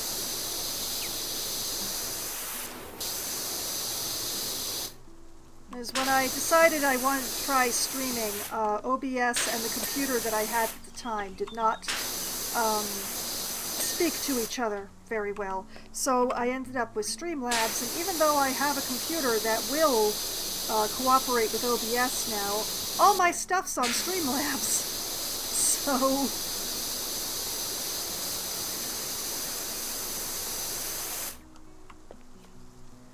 Discord streaming it's not great.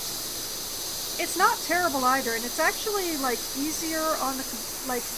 It uses less RAM and CPU than using Streamlabs to stream.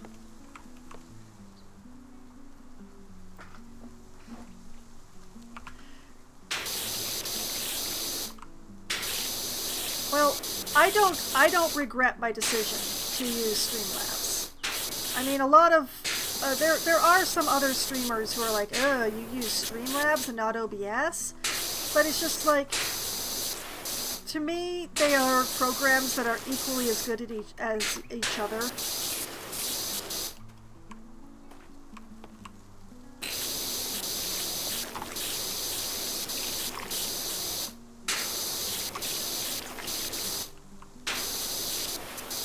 Yes, my primary loyalty is in this one worked on my computer first.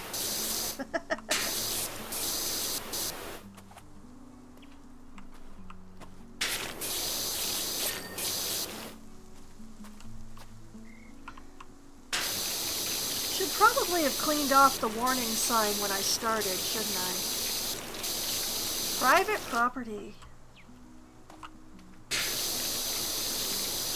No visitors. Well, I'm not a visitor. I'm a service worker. Stay out. Keep away. Also, what I was talking about is that over here, just past my scaffolding, Sir has been visited.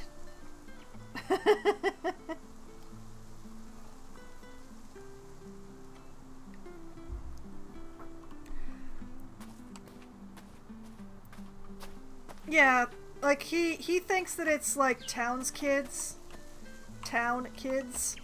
or something like that, so yeah. The fact that he is literally not seeing what is directly under his nose and spread over his property is... well, that's his problem, not mine, isn't it?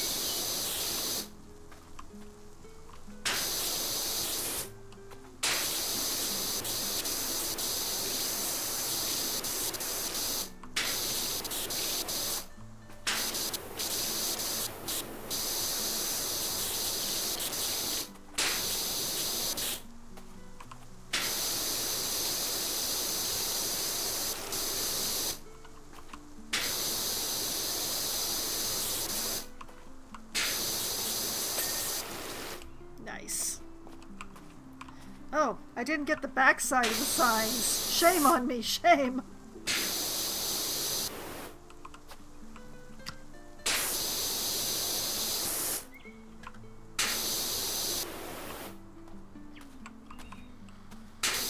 Shame on me for starting a thing and not finishing it.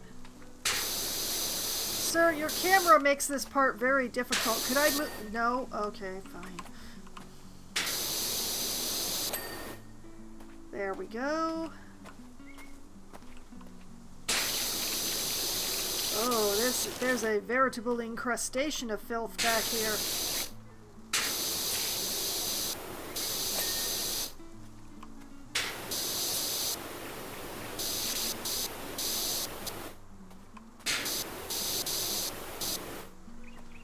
But yeah, it's just like, yeah, there's definitely some mudslinging going on here.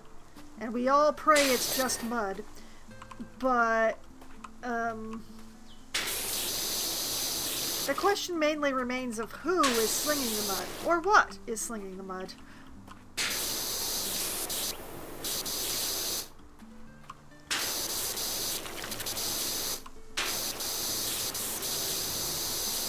And yeah, he's not paying me to point out that there's Bigfoot tracks all over his property.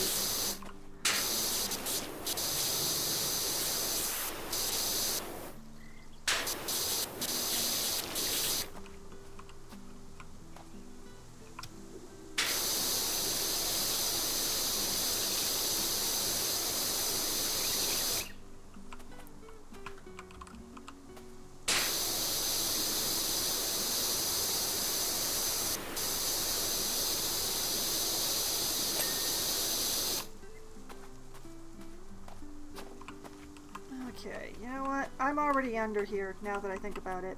So I'm just going to do the underside of these stairs first. And then I'll do the top side of the stairs.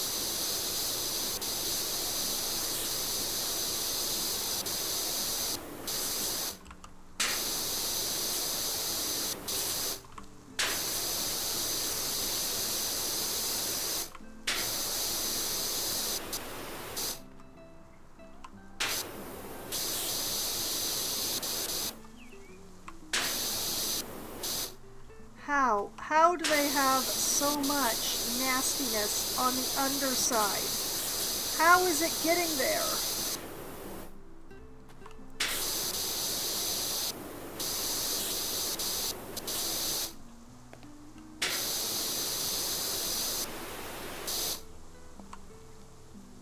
Well, that is the best I can do for the underside with how tight it is there. So, whoop.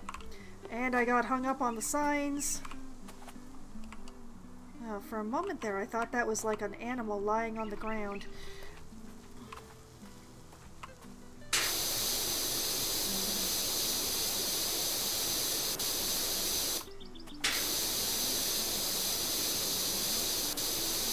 Oh, I'm not the only one who saw it, thank goodness.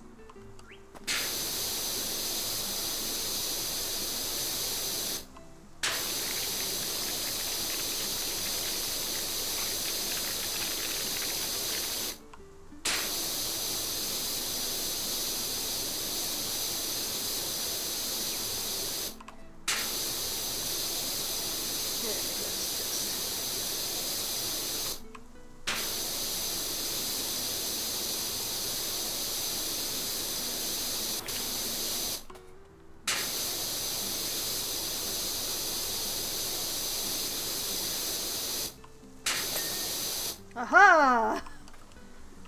Another staircase down. Oh. Ugh. You know, normally I'd wait to do this, but I don't want this to be the last thing that I'm trying to do.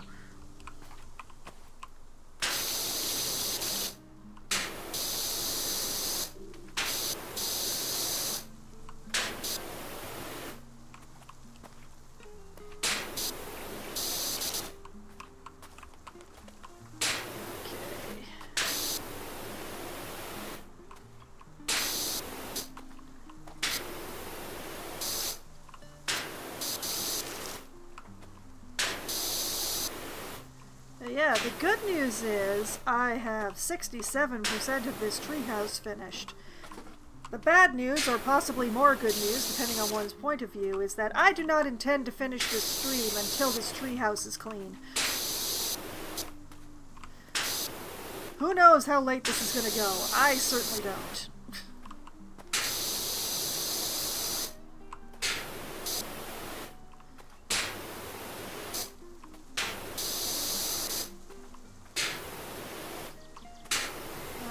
Go around, and around, and around, and do the outside.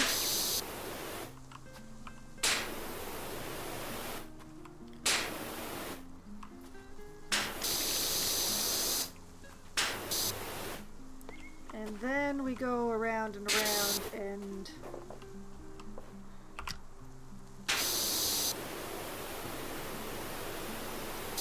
do the inside.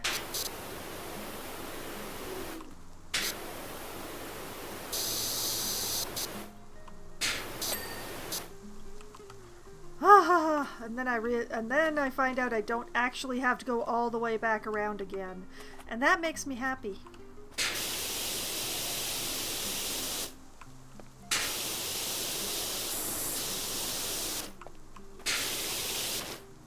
One job, just one job that I don't have to clean tires. Is that too much to ask?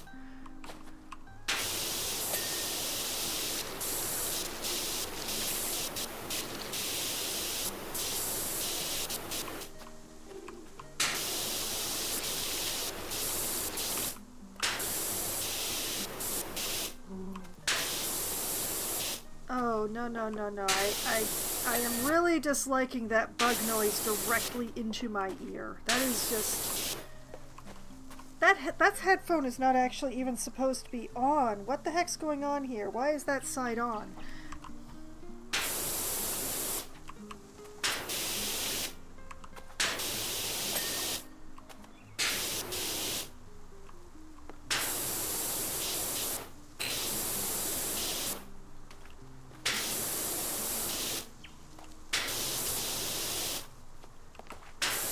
And now I've turned the whole thing down too far.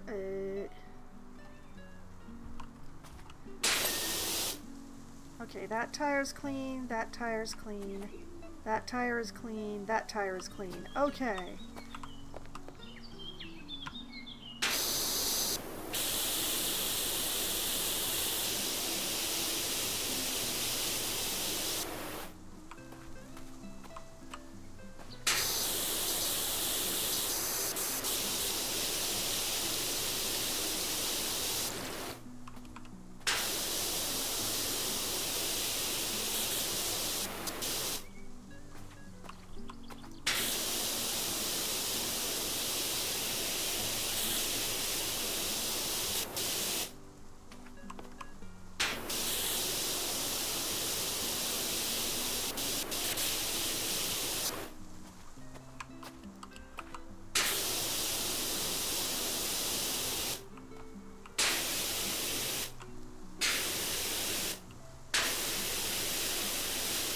Man, how am I supposed to get that little pool of dirt in the bottom? May have broke Newt somehow?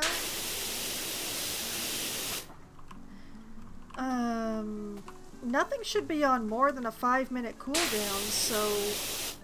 And I don't recall having put any limits on how often it can be played.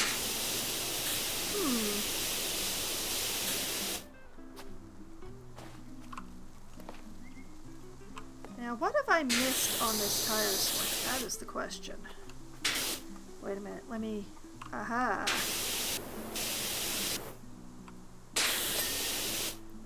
Ha-ha!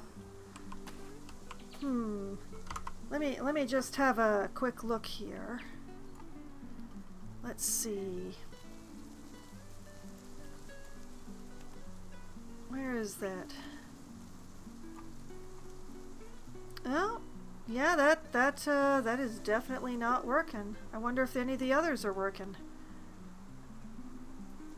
Let's try this one. It just seems to be Newt. How odd. I'm sorry, I don't actually know what happened there.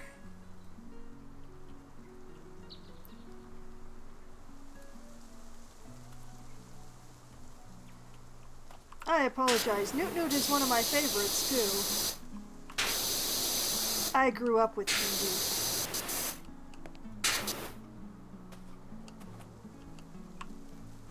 Did you see the platformer question? Oh, what platformers have I played? Oh, very few, I have to admit.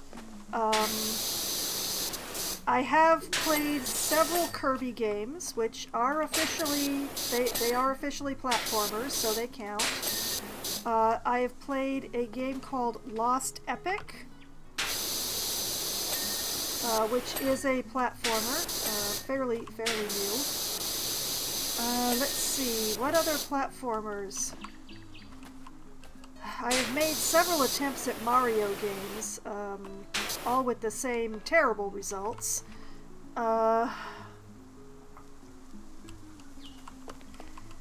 I know that there's like several Metroidvania games that I've tried, but I'm afraid that the names completely escape me at the moment.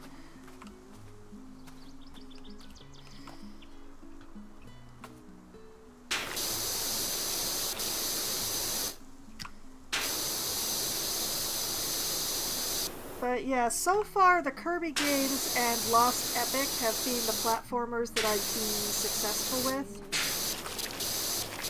And I adore Kirby, so mainly I'm putting up with the platformer in order to have my marshmallow. So...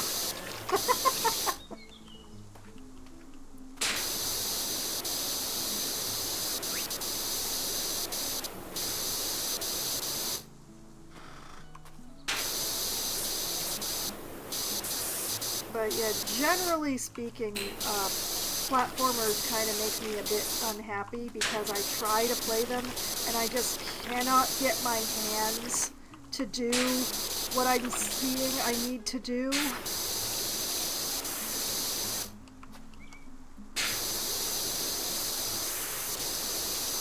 Yeah, I got a DS in order to play Kirby on it.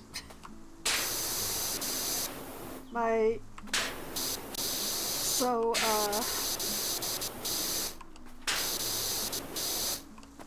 I play a heckin' lot of Kirby. But that's pretty much the only platformer that I've really given a lot of time to. Mostly I try like someone will have a platformer and I'll be visiting them at their place or whatever, and I'll give it a try and I'll be like, oh, I still can't do what I feel, what I need to do, what I can see I need to do, and I get very frustrated and arg, and I walk away.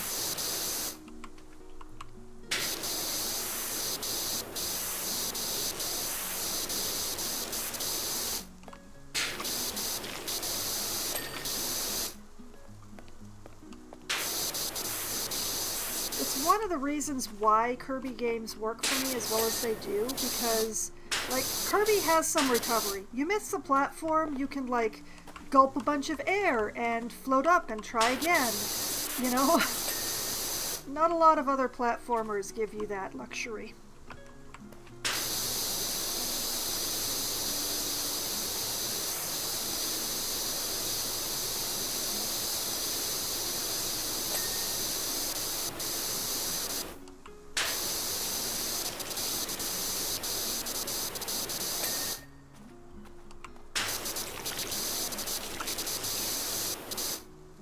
Am I on the long... Well, I'm not on the long guest, but I am on the long. Okay, that'll be good enough.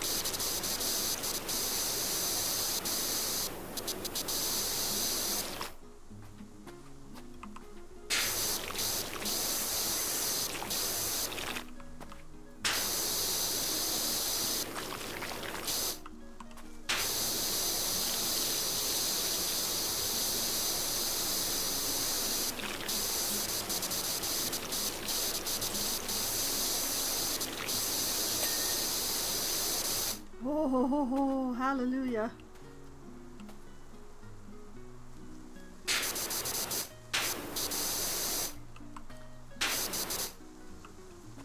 Progress.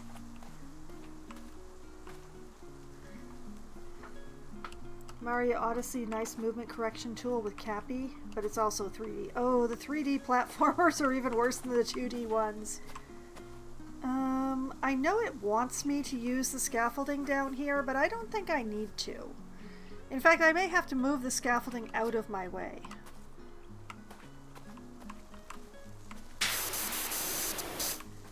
I bet if I go to the super long, I can even do this railing up here without a scaffolding.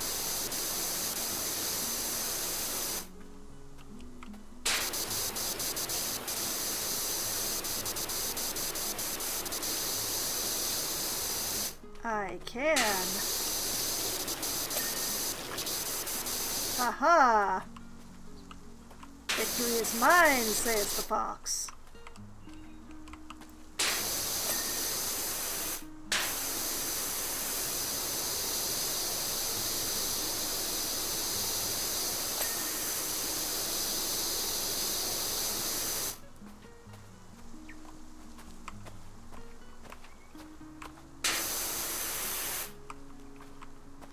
Yeah, I'm going to need to move this out of my way. You are going to go over here, where I don't need to worry about working around you.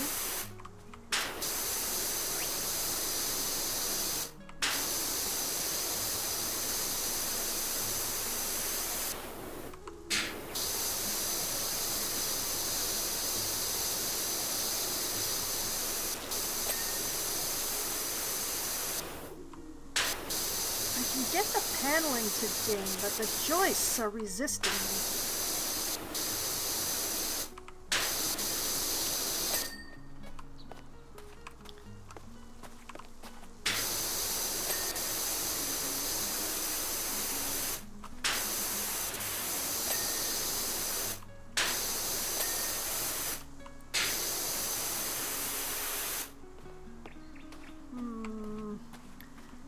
how do I get the angle that I need here?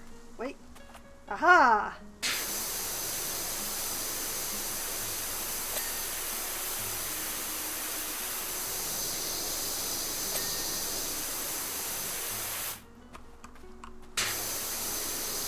I think I may need to switch to the yellow just for the extra power. Oh yeah, now I'm getting the joists. There we go. I just need a little extra oomph.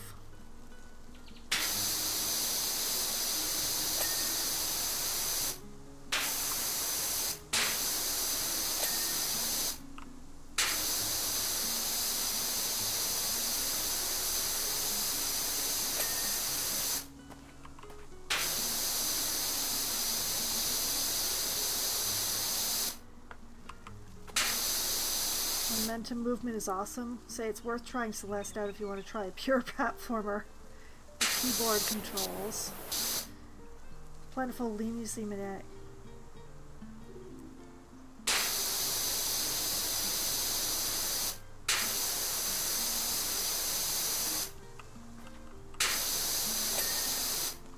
I can promise you that I will bear it in mind, but I have a lot of games in my library that I haven't gotten to, so I can't guarantee that I will actually turn to it, because I do have a lot of games in my library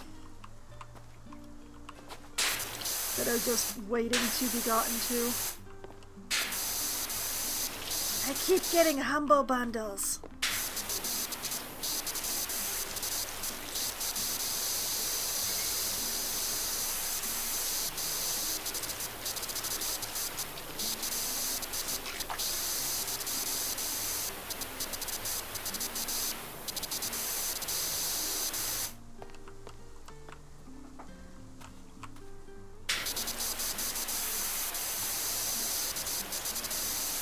I'm kind of saving the spiral staircase till last. I mean, I know I'm still going to have to climb around here and find whatever spots I missed, because I know I missed some. But as far as project goes, I think I want the spiral staircase to be the last bit. And I'm going to have to move this scaffolding too, because it is totally in my way. You go over here next to your little brother.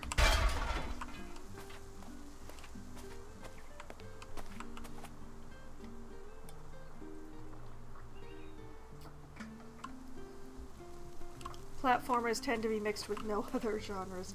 Yeah, that is one of the things, like, it's not a this is a management game with some puzzle aspects, or, you know, this is a visual novel with QuickTime. No, this is a platformer.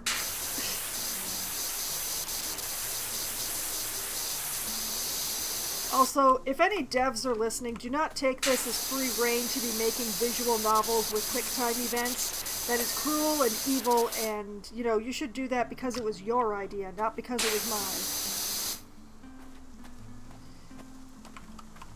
Just my quick disclaimer on there.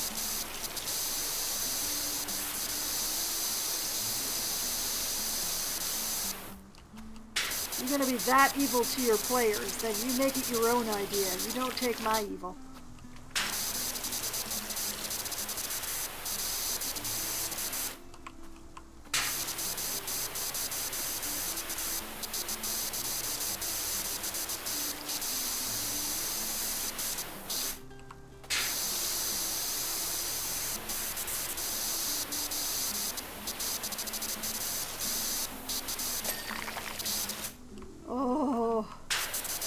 Progress.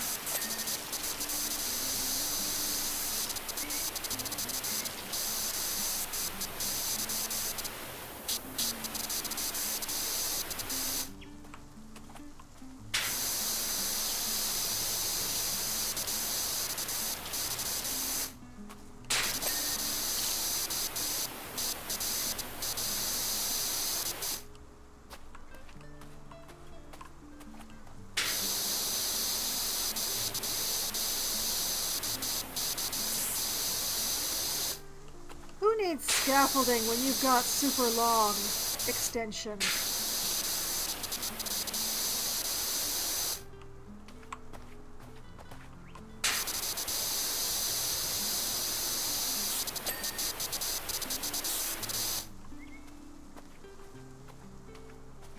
Although now I've slightly lost track of whether or not there's any more railing to be cleaned.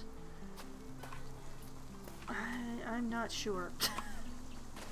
I'll find out. The game will inform me.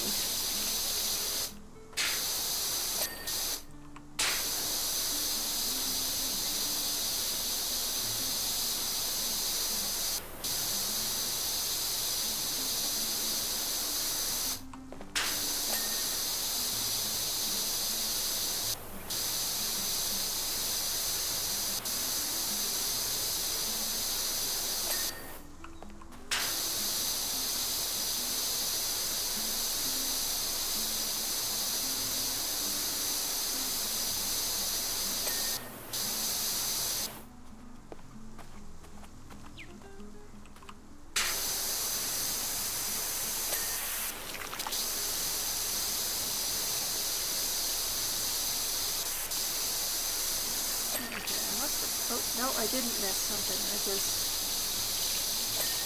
hadn't finished the sweep.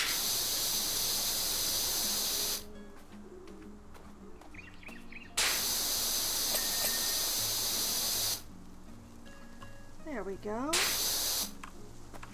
Now this piece around the outer edge still has something somewhere.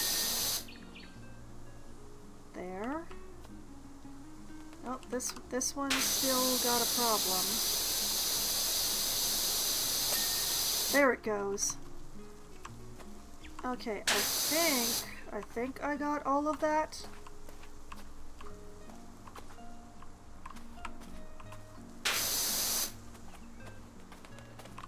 Okay, let's try to get the center joist to ding.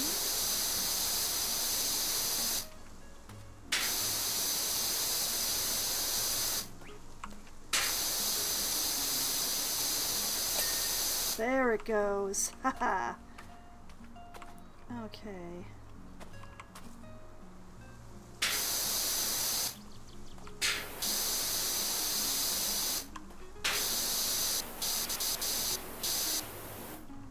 Does Terraria count as a platformer?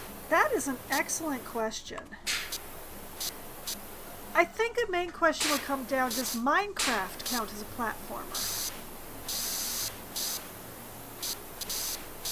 Because if Minecraft is a platformer, then Terraria is a platformer. The only reason I don't play Minecraft is because it gives me vertigo, so I play Terraria instead. Have I played Portal? Yes, I have played the first Portal. I own the second Portal, but I haven't played through it yet. I tried twice on my previous computer, to the previous computer, and it crashed both times, and I haven't gone back to it on the newer computers. Minecraft really should not be considered a platformer. Fair enough, because like Terraria is basically Minecraft but 2D. So it's basically if Minecraft counts, then Terraria counts, and vice versa. Missing link fact. Their scent is very much like a muskrat, and they seem to crouch right down when marking their territory to appear much smaller than they really are. Dude, please, please, please stop telling me animal facts and telling me that they're Bigfoot facts. Terraria is so certainly not Minecraft. No, they're not exactly the same. But they are close enough. They're close enough to count on this particular metric that you're asking about.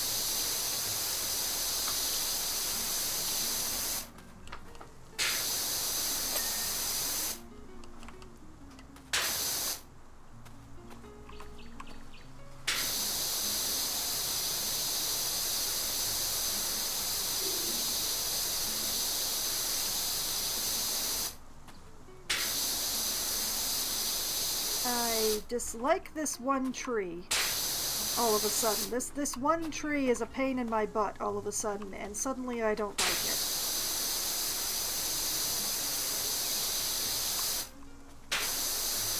Funny how that goes.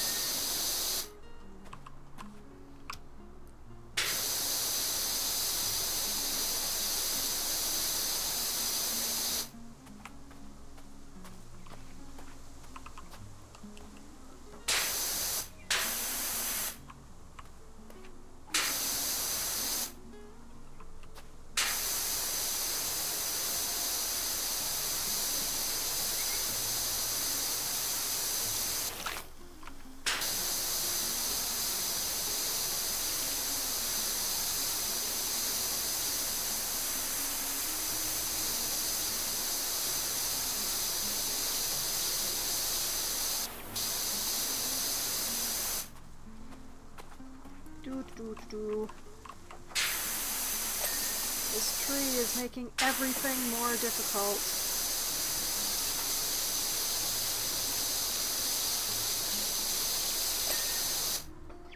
Whew.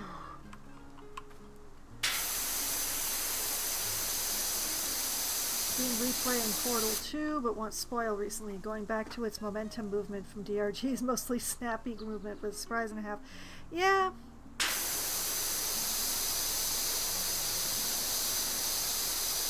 I mean, there were a couple of levels in Portal 1 where I had to be like, I'm completing this level and I hope to God I never have to come back because I'm going to throw up if I do.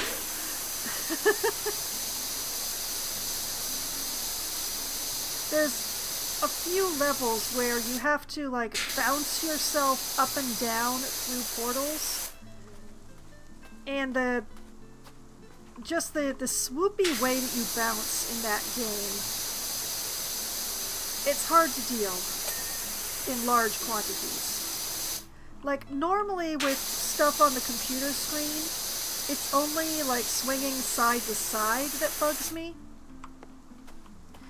But there's something about prolonged bouncing up and down in Portal that just gets to me.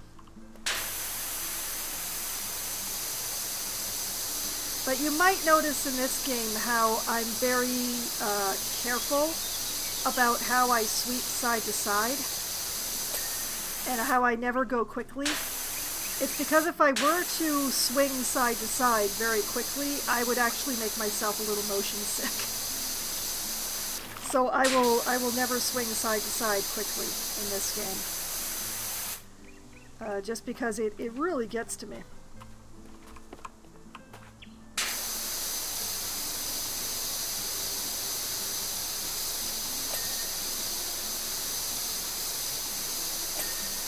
Yeah, I swing very quickly in this game. Well, everybody's a little bit different.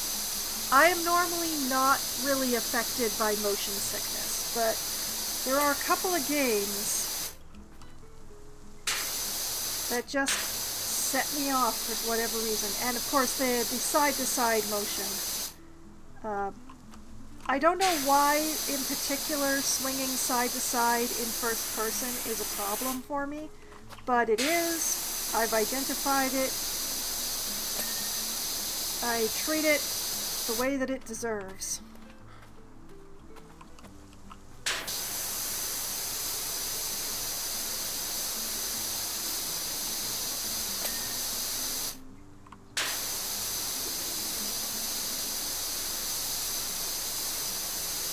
I've nearly got this underside.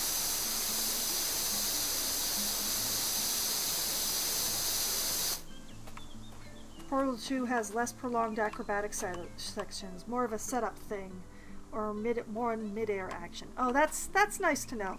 And it wasn't every level in the original Portal.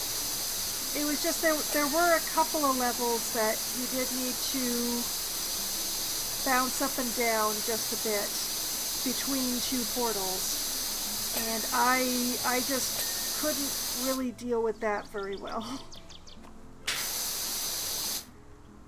Oh man, I hope I've gotten the entire underside here. I would be very sad if I missed something.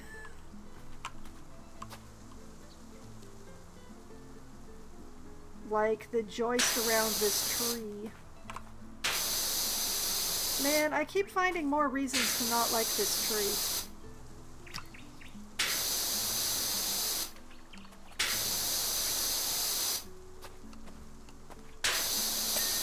There we go. I think you know what level you mean. 4-ish portal tables over a pool of water like a stick. Yeah, that one. Also, there was a level where you had to like put a portal at the bottom of a pit and like jump down into that to be popping out of a portal on a higher spot and then throw another portal over from the higher point to go through that. And man, trying to do that one, my stomach was just absolutely turning over by the time that I had to.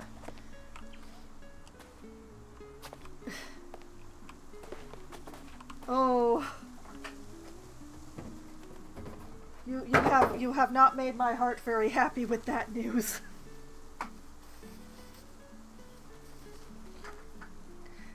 There was more than one level that had that sort of thing in Portal 1, but it was just that one particular one. I don't know what it was about it. I think it was maybe it was I had to turn in midair. Man, it's been like several years now since I did that, so it's just like I remember how I finished that level and I had to walk away from the game and come back to it like the next day. But the exact details escape me. What have I backed into? Okay, I've backed into the... If he doesn't want visitors and stuff and he lives here alone, why does he have a place set here?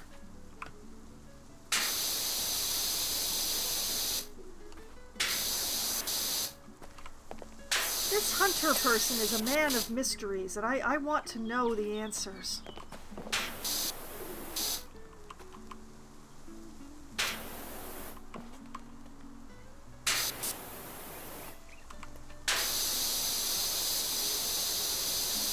But yeah, eventually I will have the time to play Portal 2. And if I have to, you know, like finish a level, put down the game, walk away, come back the next day because my stomach is not plucked for it, then that is what I will do.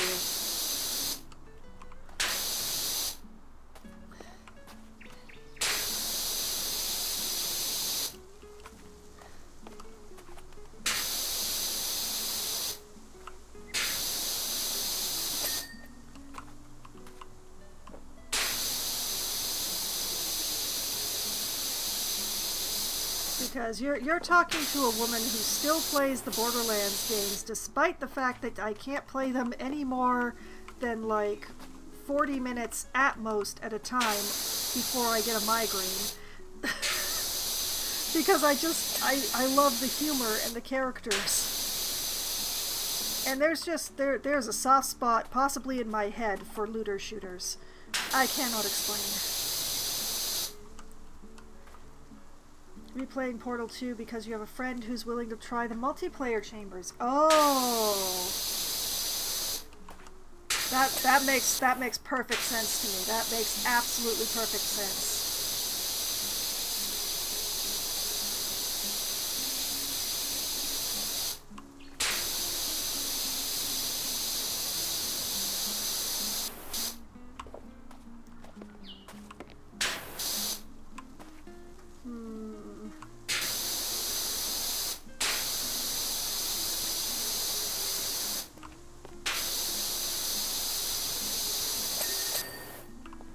Ooh, double ding.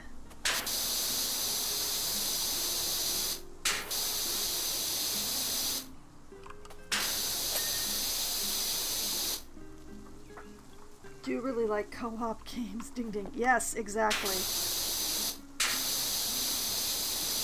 Yep.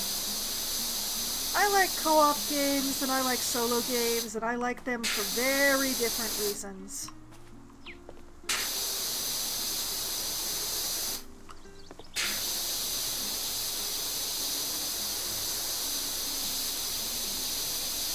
like games.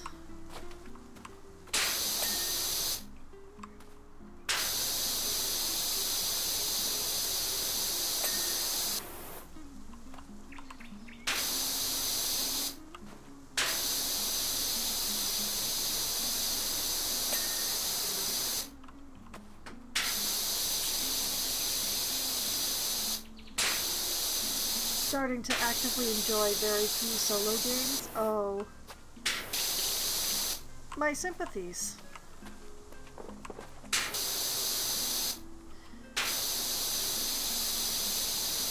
As personally, I find that a lot of solo games have the best narrative experiences. In co-op games, you don't always get the best story. There are, of course, exceptions to the rule, like the Valerian games, Baldur's Gate 3 in particular. Oh boy, that's a multiplayer game that is solid story. But unfortunately, that's the exception rather than the rule. And I love me a good story. I really love me a good story. Never looking for story stuff outside of D&D. I see. Well, that's where you and I definitely differ, because I like to get a story. I do really enjoy getting a story. You know what? I'm down here. Why don't I do the outside first? It's a little weird for me to do the outside first, but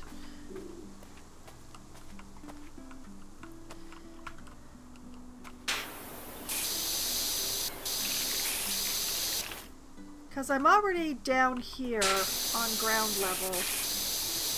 So why don't I just work on the outside?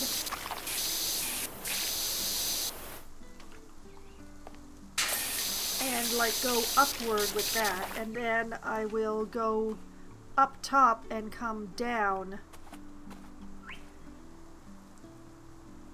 Well, actually, I will hybridize. I've got a plan. I like when people can make jokes, not cruel jokes though, about my characters. Good fun. Yeah.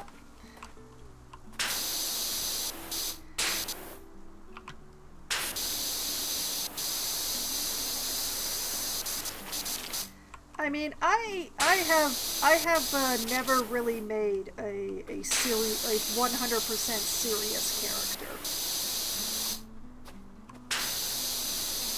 There's always been something vaguely or overtly unserious.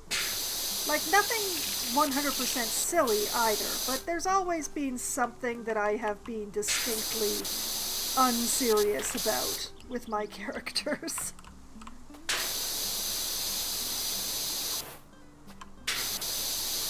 So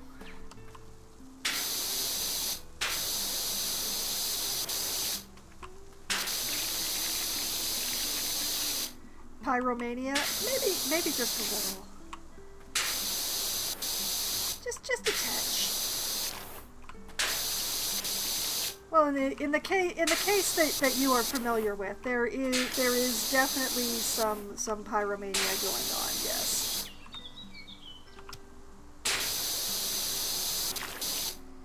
And a bit of, do you know what I mean when I say weapons otaku?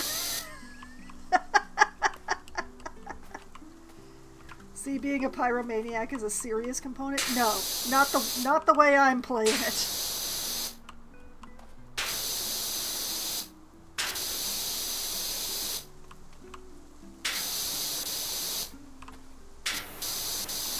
And frankly, those axes, if she had said that I could only see the axes if I came to her bedroom that night wearing nothing but my skivvies, I would have done it. For the sake of the character.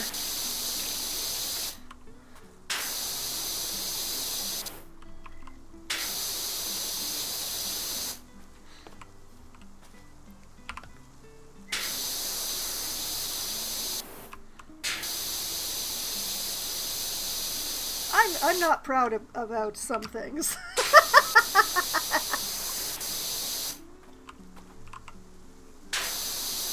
Pyromania takes on a whole new meaning when Fox and I played.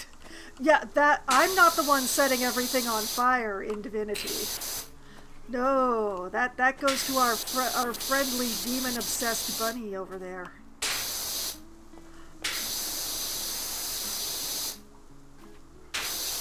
The worst part is she's not doing it on purpose.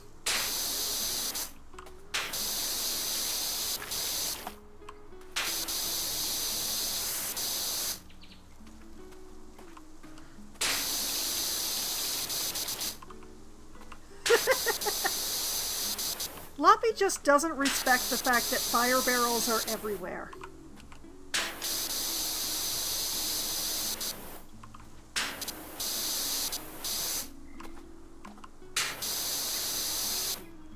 Actually, respect is not the right word. Loppy doesn't pay enough attention to realize the fire barrels are everywhere.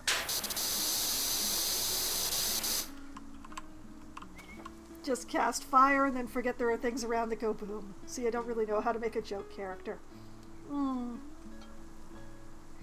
Well, personally, I don't want to create a joke character.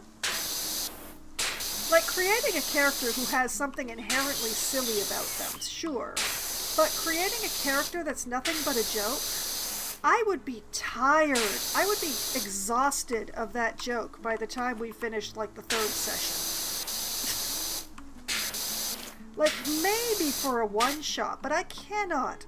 I cannot fathom, like, keeping up a single joke for an entire campaign. Like, how tiring could that possibly be? I hear you clearing your throat in the background. I don't care what you think.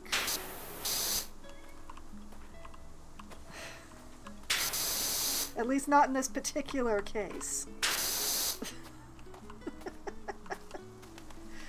I have never created a character whose point was just a single joke.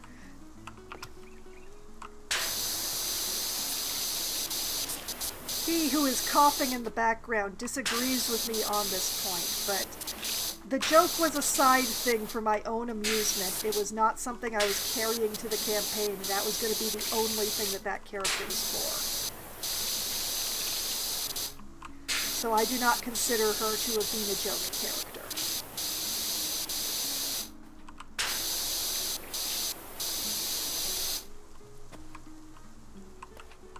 Oh, them? Oh, no. I don't believe that you have heard about this particular character that I'm being coughed at about.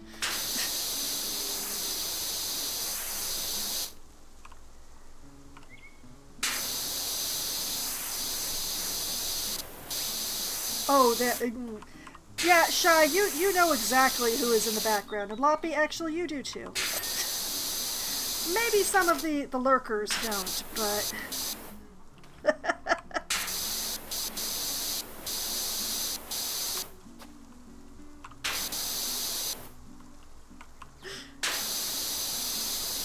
We should all admire his restraint for not saying anything right now. Actually, we should really... We really should admire his restraint at this point in time. Because I'm not going to turn around to see the look that he's given me, but I know he's given me one.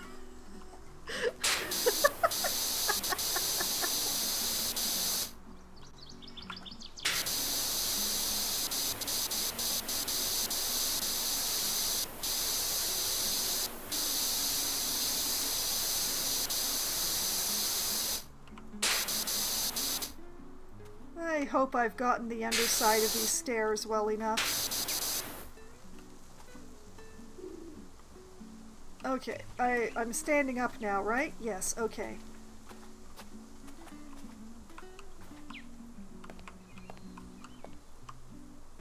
Now, the top of this railing is going to be a pain in my keister. Yep. Especially if I'm on the super long extension. Yeah, that works a lot better.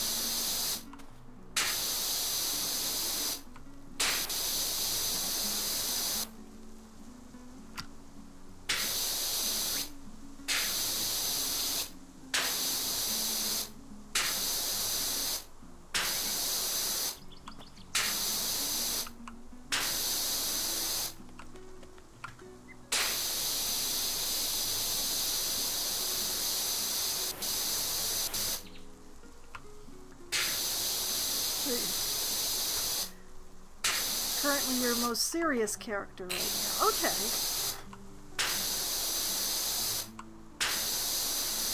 I can see it.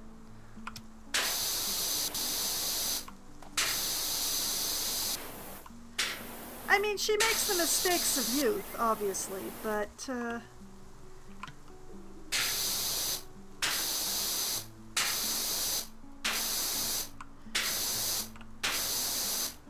but she's definitely very focused. A very impressive focus.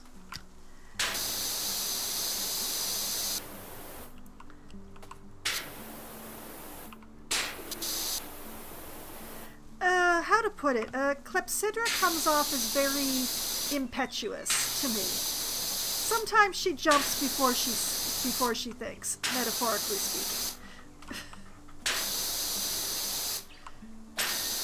So it's a very young thing to me to do that. And I did get that railing good enough.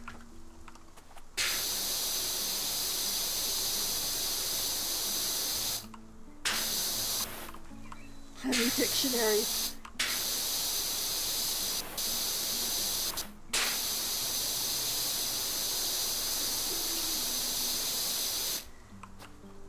Perhaps a sentiment. She is frequently impulsive.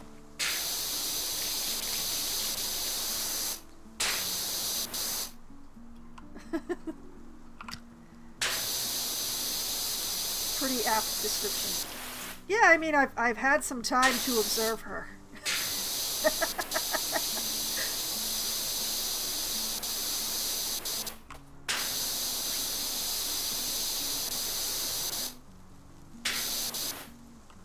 She did throw dirt at the car. That is true. She did test before she decapitated. We all appreciate that.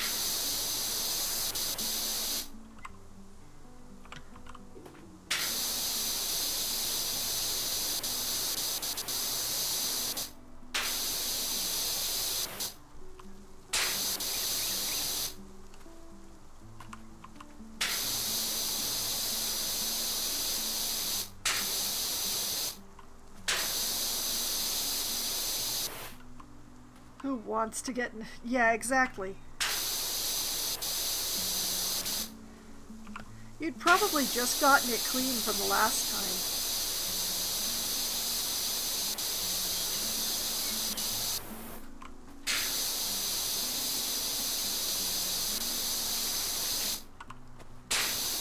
Or she'd probably just gotten it clean.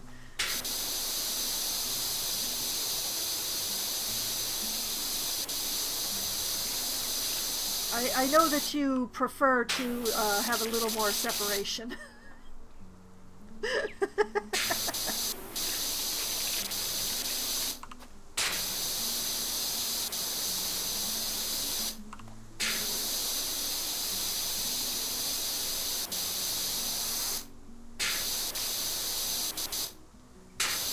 Would have had his flush. Actually, you wouldn't have even had a chance to wash all the vine and mud gunk off, because we went straight from that into the hole. There would have still been all gunk on there.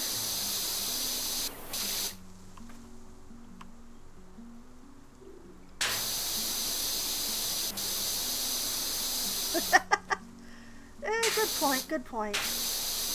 You know what she would do better than I do.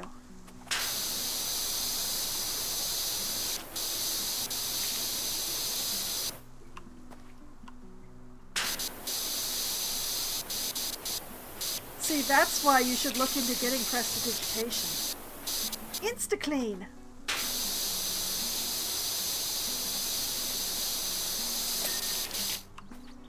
It doesn't sharpen, more's the pity, but... Okay, I thought I'd cleaned ooh, I had not cleaned everything. Oh my goodness, look at all this schmutz I can see right here. Right next to me, multicolored schmutz.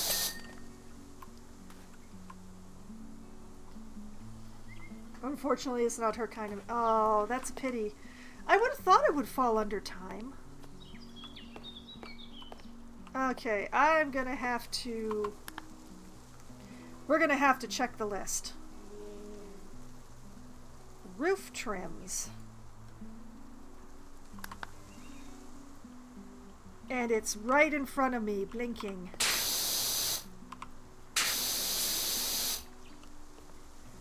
What didn't I get? What didn't I get?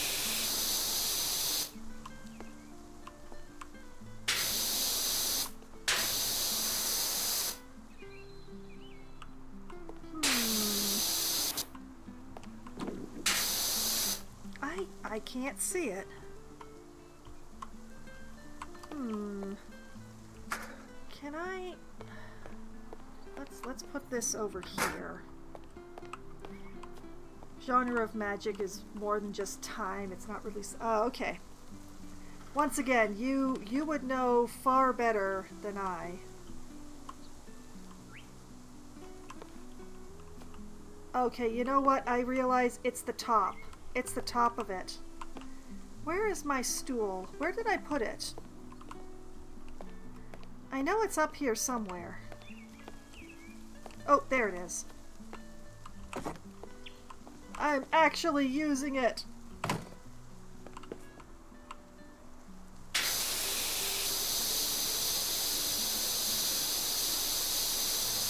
Please be enough. Oh, it's not enough. I'm gonna have to do it from the ladder, which I just moved.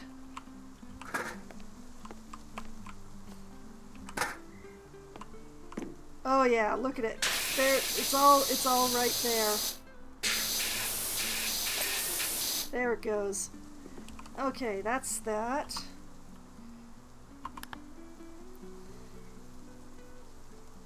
Not anything D&D has as a category. Okay. The hidden filth. Yes, the filth you can't see because you're not tall enough. Vertical house trim.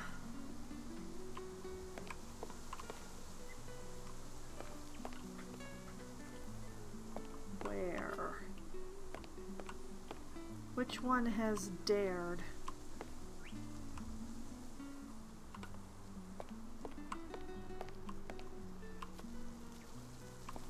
Okay, I marked it, so why isn't it blinking? Wait.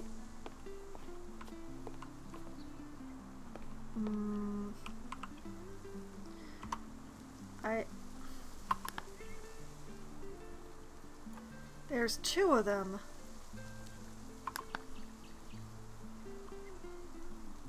Why can't I see them blinking? Thought very much in depth about my characters. Yeah, with my magic characters who aren't like daily preparers, like the clerics or the druids, I always think very carefully about what spells I take, like what spells that character would use. Okay, for the life of me, I can't tell which of these trims is the filth encrusted one, so I'm just gonna have to go around and look at all of them until I find the one that has the schmutz marker.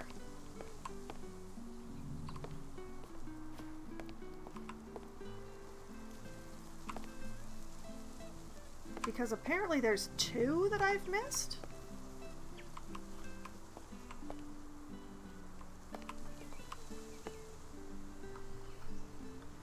Not too much of a spoiler, but very much considering in the large reduce in the future. Well, it would go with what you're already doing. It makes perfect sense to me.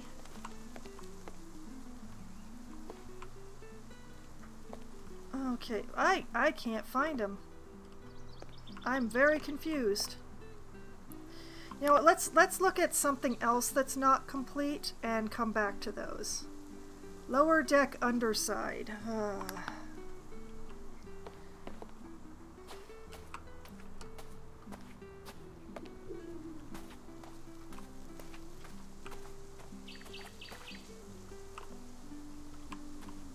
Oh, yep. Hidden schmutz, crouching tiger. Well, actually, hidden schmutz, crouching foxwine, like more accurate.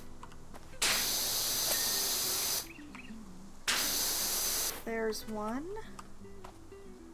And of course, the other one is the narrow one on the other side. Where's the schmutz? I don't know. Ah. Apparently it's over here?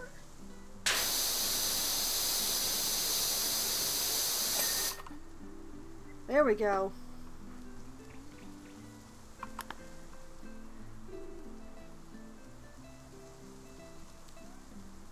Middle deck rim joists. That sounds vaguely dirty. Why does it sound vaguely dirty?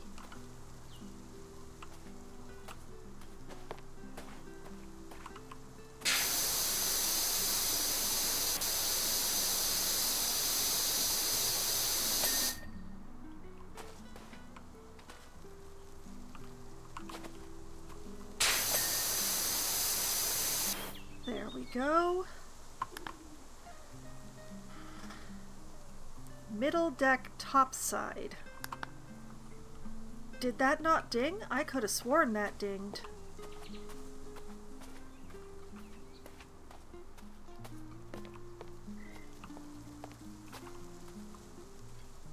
Oh man, I missed so much. There we go. Alright, what else?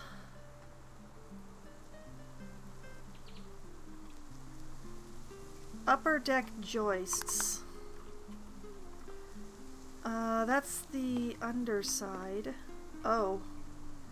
I went through and I was like making each and every one of those things ding. How did I...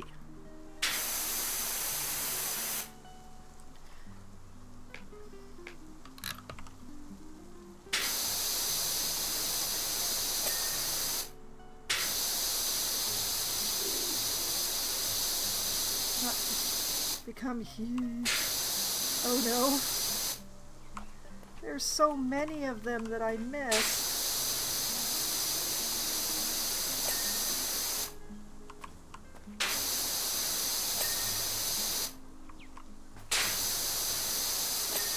And I can see exactly where I missed them too now that I'm looking at them. I'm so embarrassed.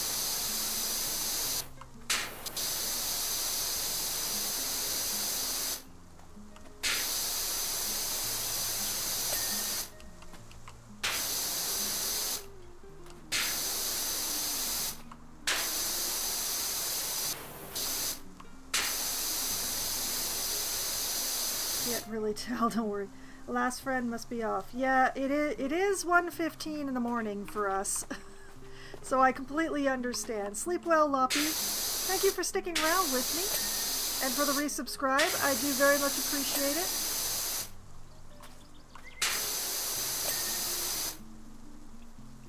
Okay, one more is still flashing at me. Sleep is a lie. There we go. Okay, now we only have 3 things left. Oh, and look at that. Upper deck rim joists. Which means I have not adequately done around the trees.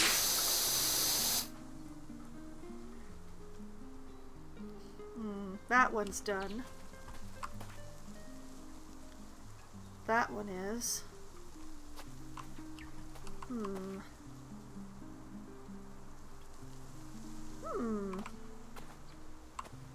This tree doesn't have... Oh, wait. I bet it's not even the underside that is the problem here. I bet there's schmutz behind that tree.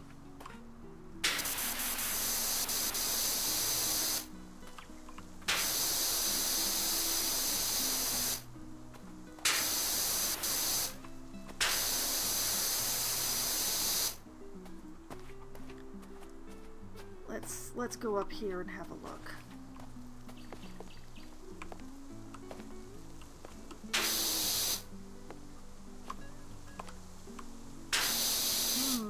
There is not schmutz behind that tree. Interesting.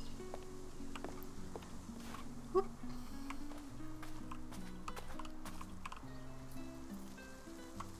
Where is it lighting up?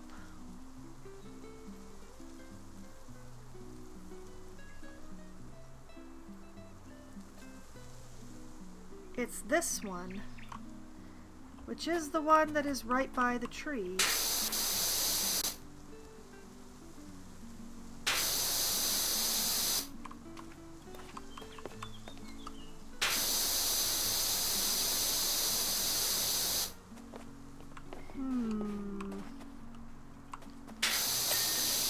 Aha! Alright. Scaffolding for angle, maybe, but I managed to do it without it. Okay, window frames. There are some window frames I missed. And of course there is the trim. Let's go to a somewhat shorter extension here.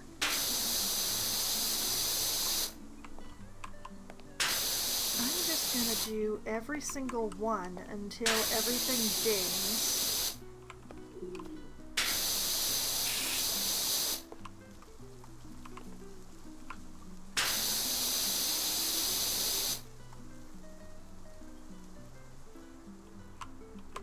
Because I can't see the problem.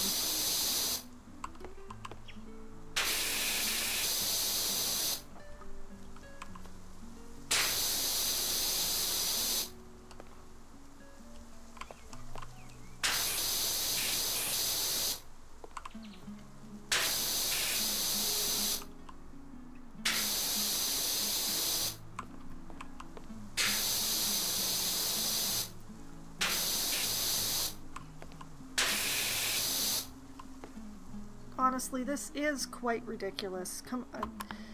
Let me just...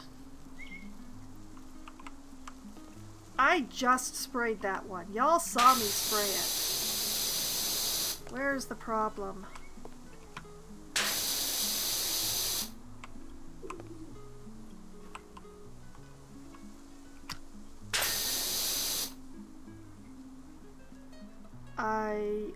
I don't see it. I don't see it. Well, let's find the others.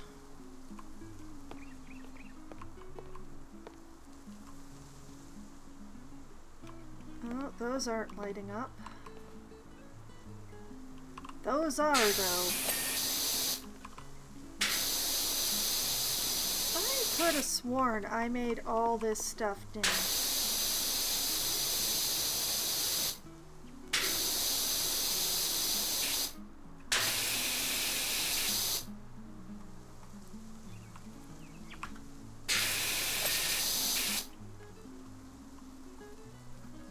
Okay, and you. Make sure that we get the bottom. Outside. Inside. Outside.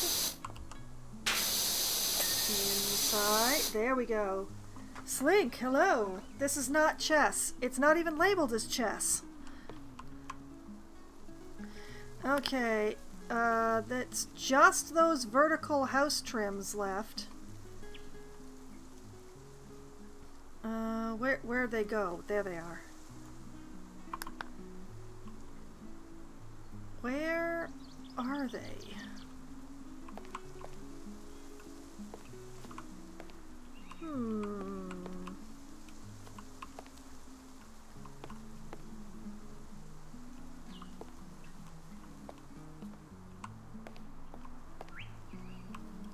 Oh, look at that.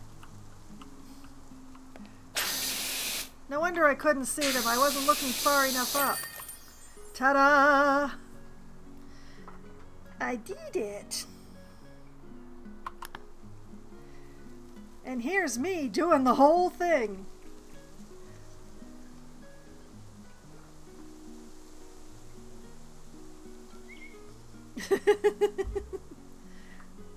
The treehouse looks mighty fine. You spruced the spruce. I can't tell you how good it is to pirouette down those steps and smell fresh pine through the window. I was this close to packing up and moving out, but now I'm more determined than ever to find evidence of beautiful missing link. I earned $1,550 for this, and I undercharged grievously. Now, one thing that occurs to me, shop, power washer, professional duty. I have just enough money to buy the Prime Vista Pro. I won't be using it right away because I'm going to need to buy the attachments before it's useful. But mine, $510.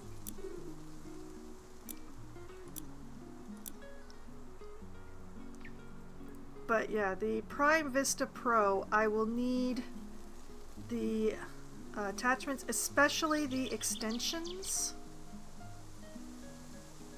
I wish that I could just, like, say, if I own it, could you please make it disappear? Like, I don't want it, I don't want to see it.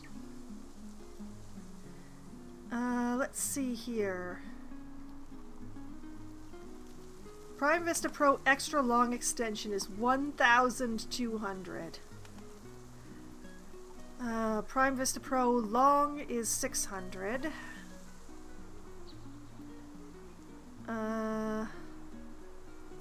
Prime Vista Pro Short Extension I can actually afford right now.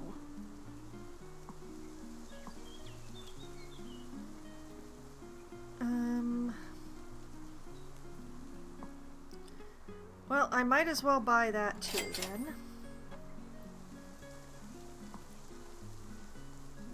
The turbo nozzle costs $180. I could get it, but I don't use the pro nozzle. Sorry, I don't use the turbo nozzle.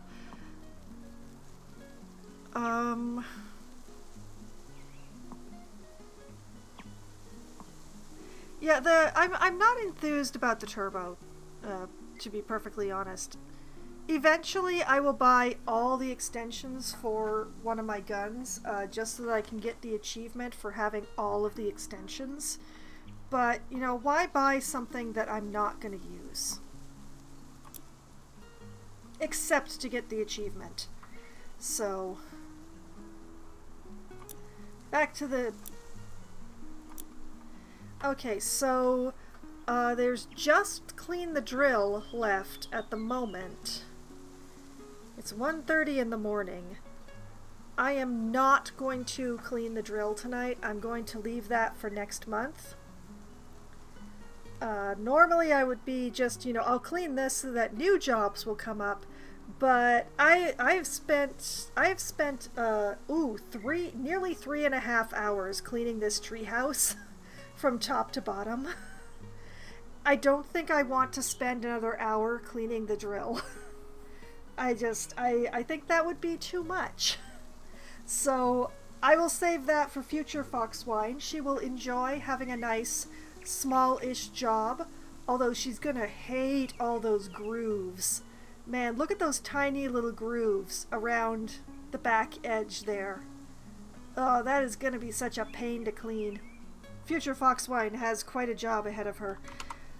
I'm sure she'll rise to the occasion, though. So, this is where I'm going to call it a night. But the good news is, if you really want to see me work my way through PowerWash Simulator, or really any other game that I've streamed, you can find them archived on my YouTube channel.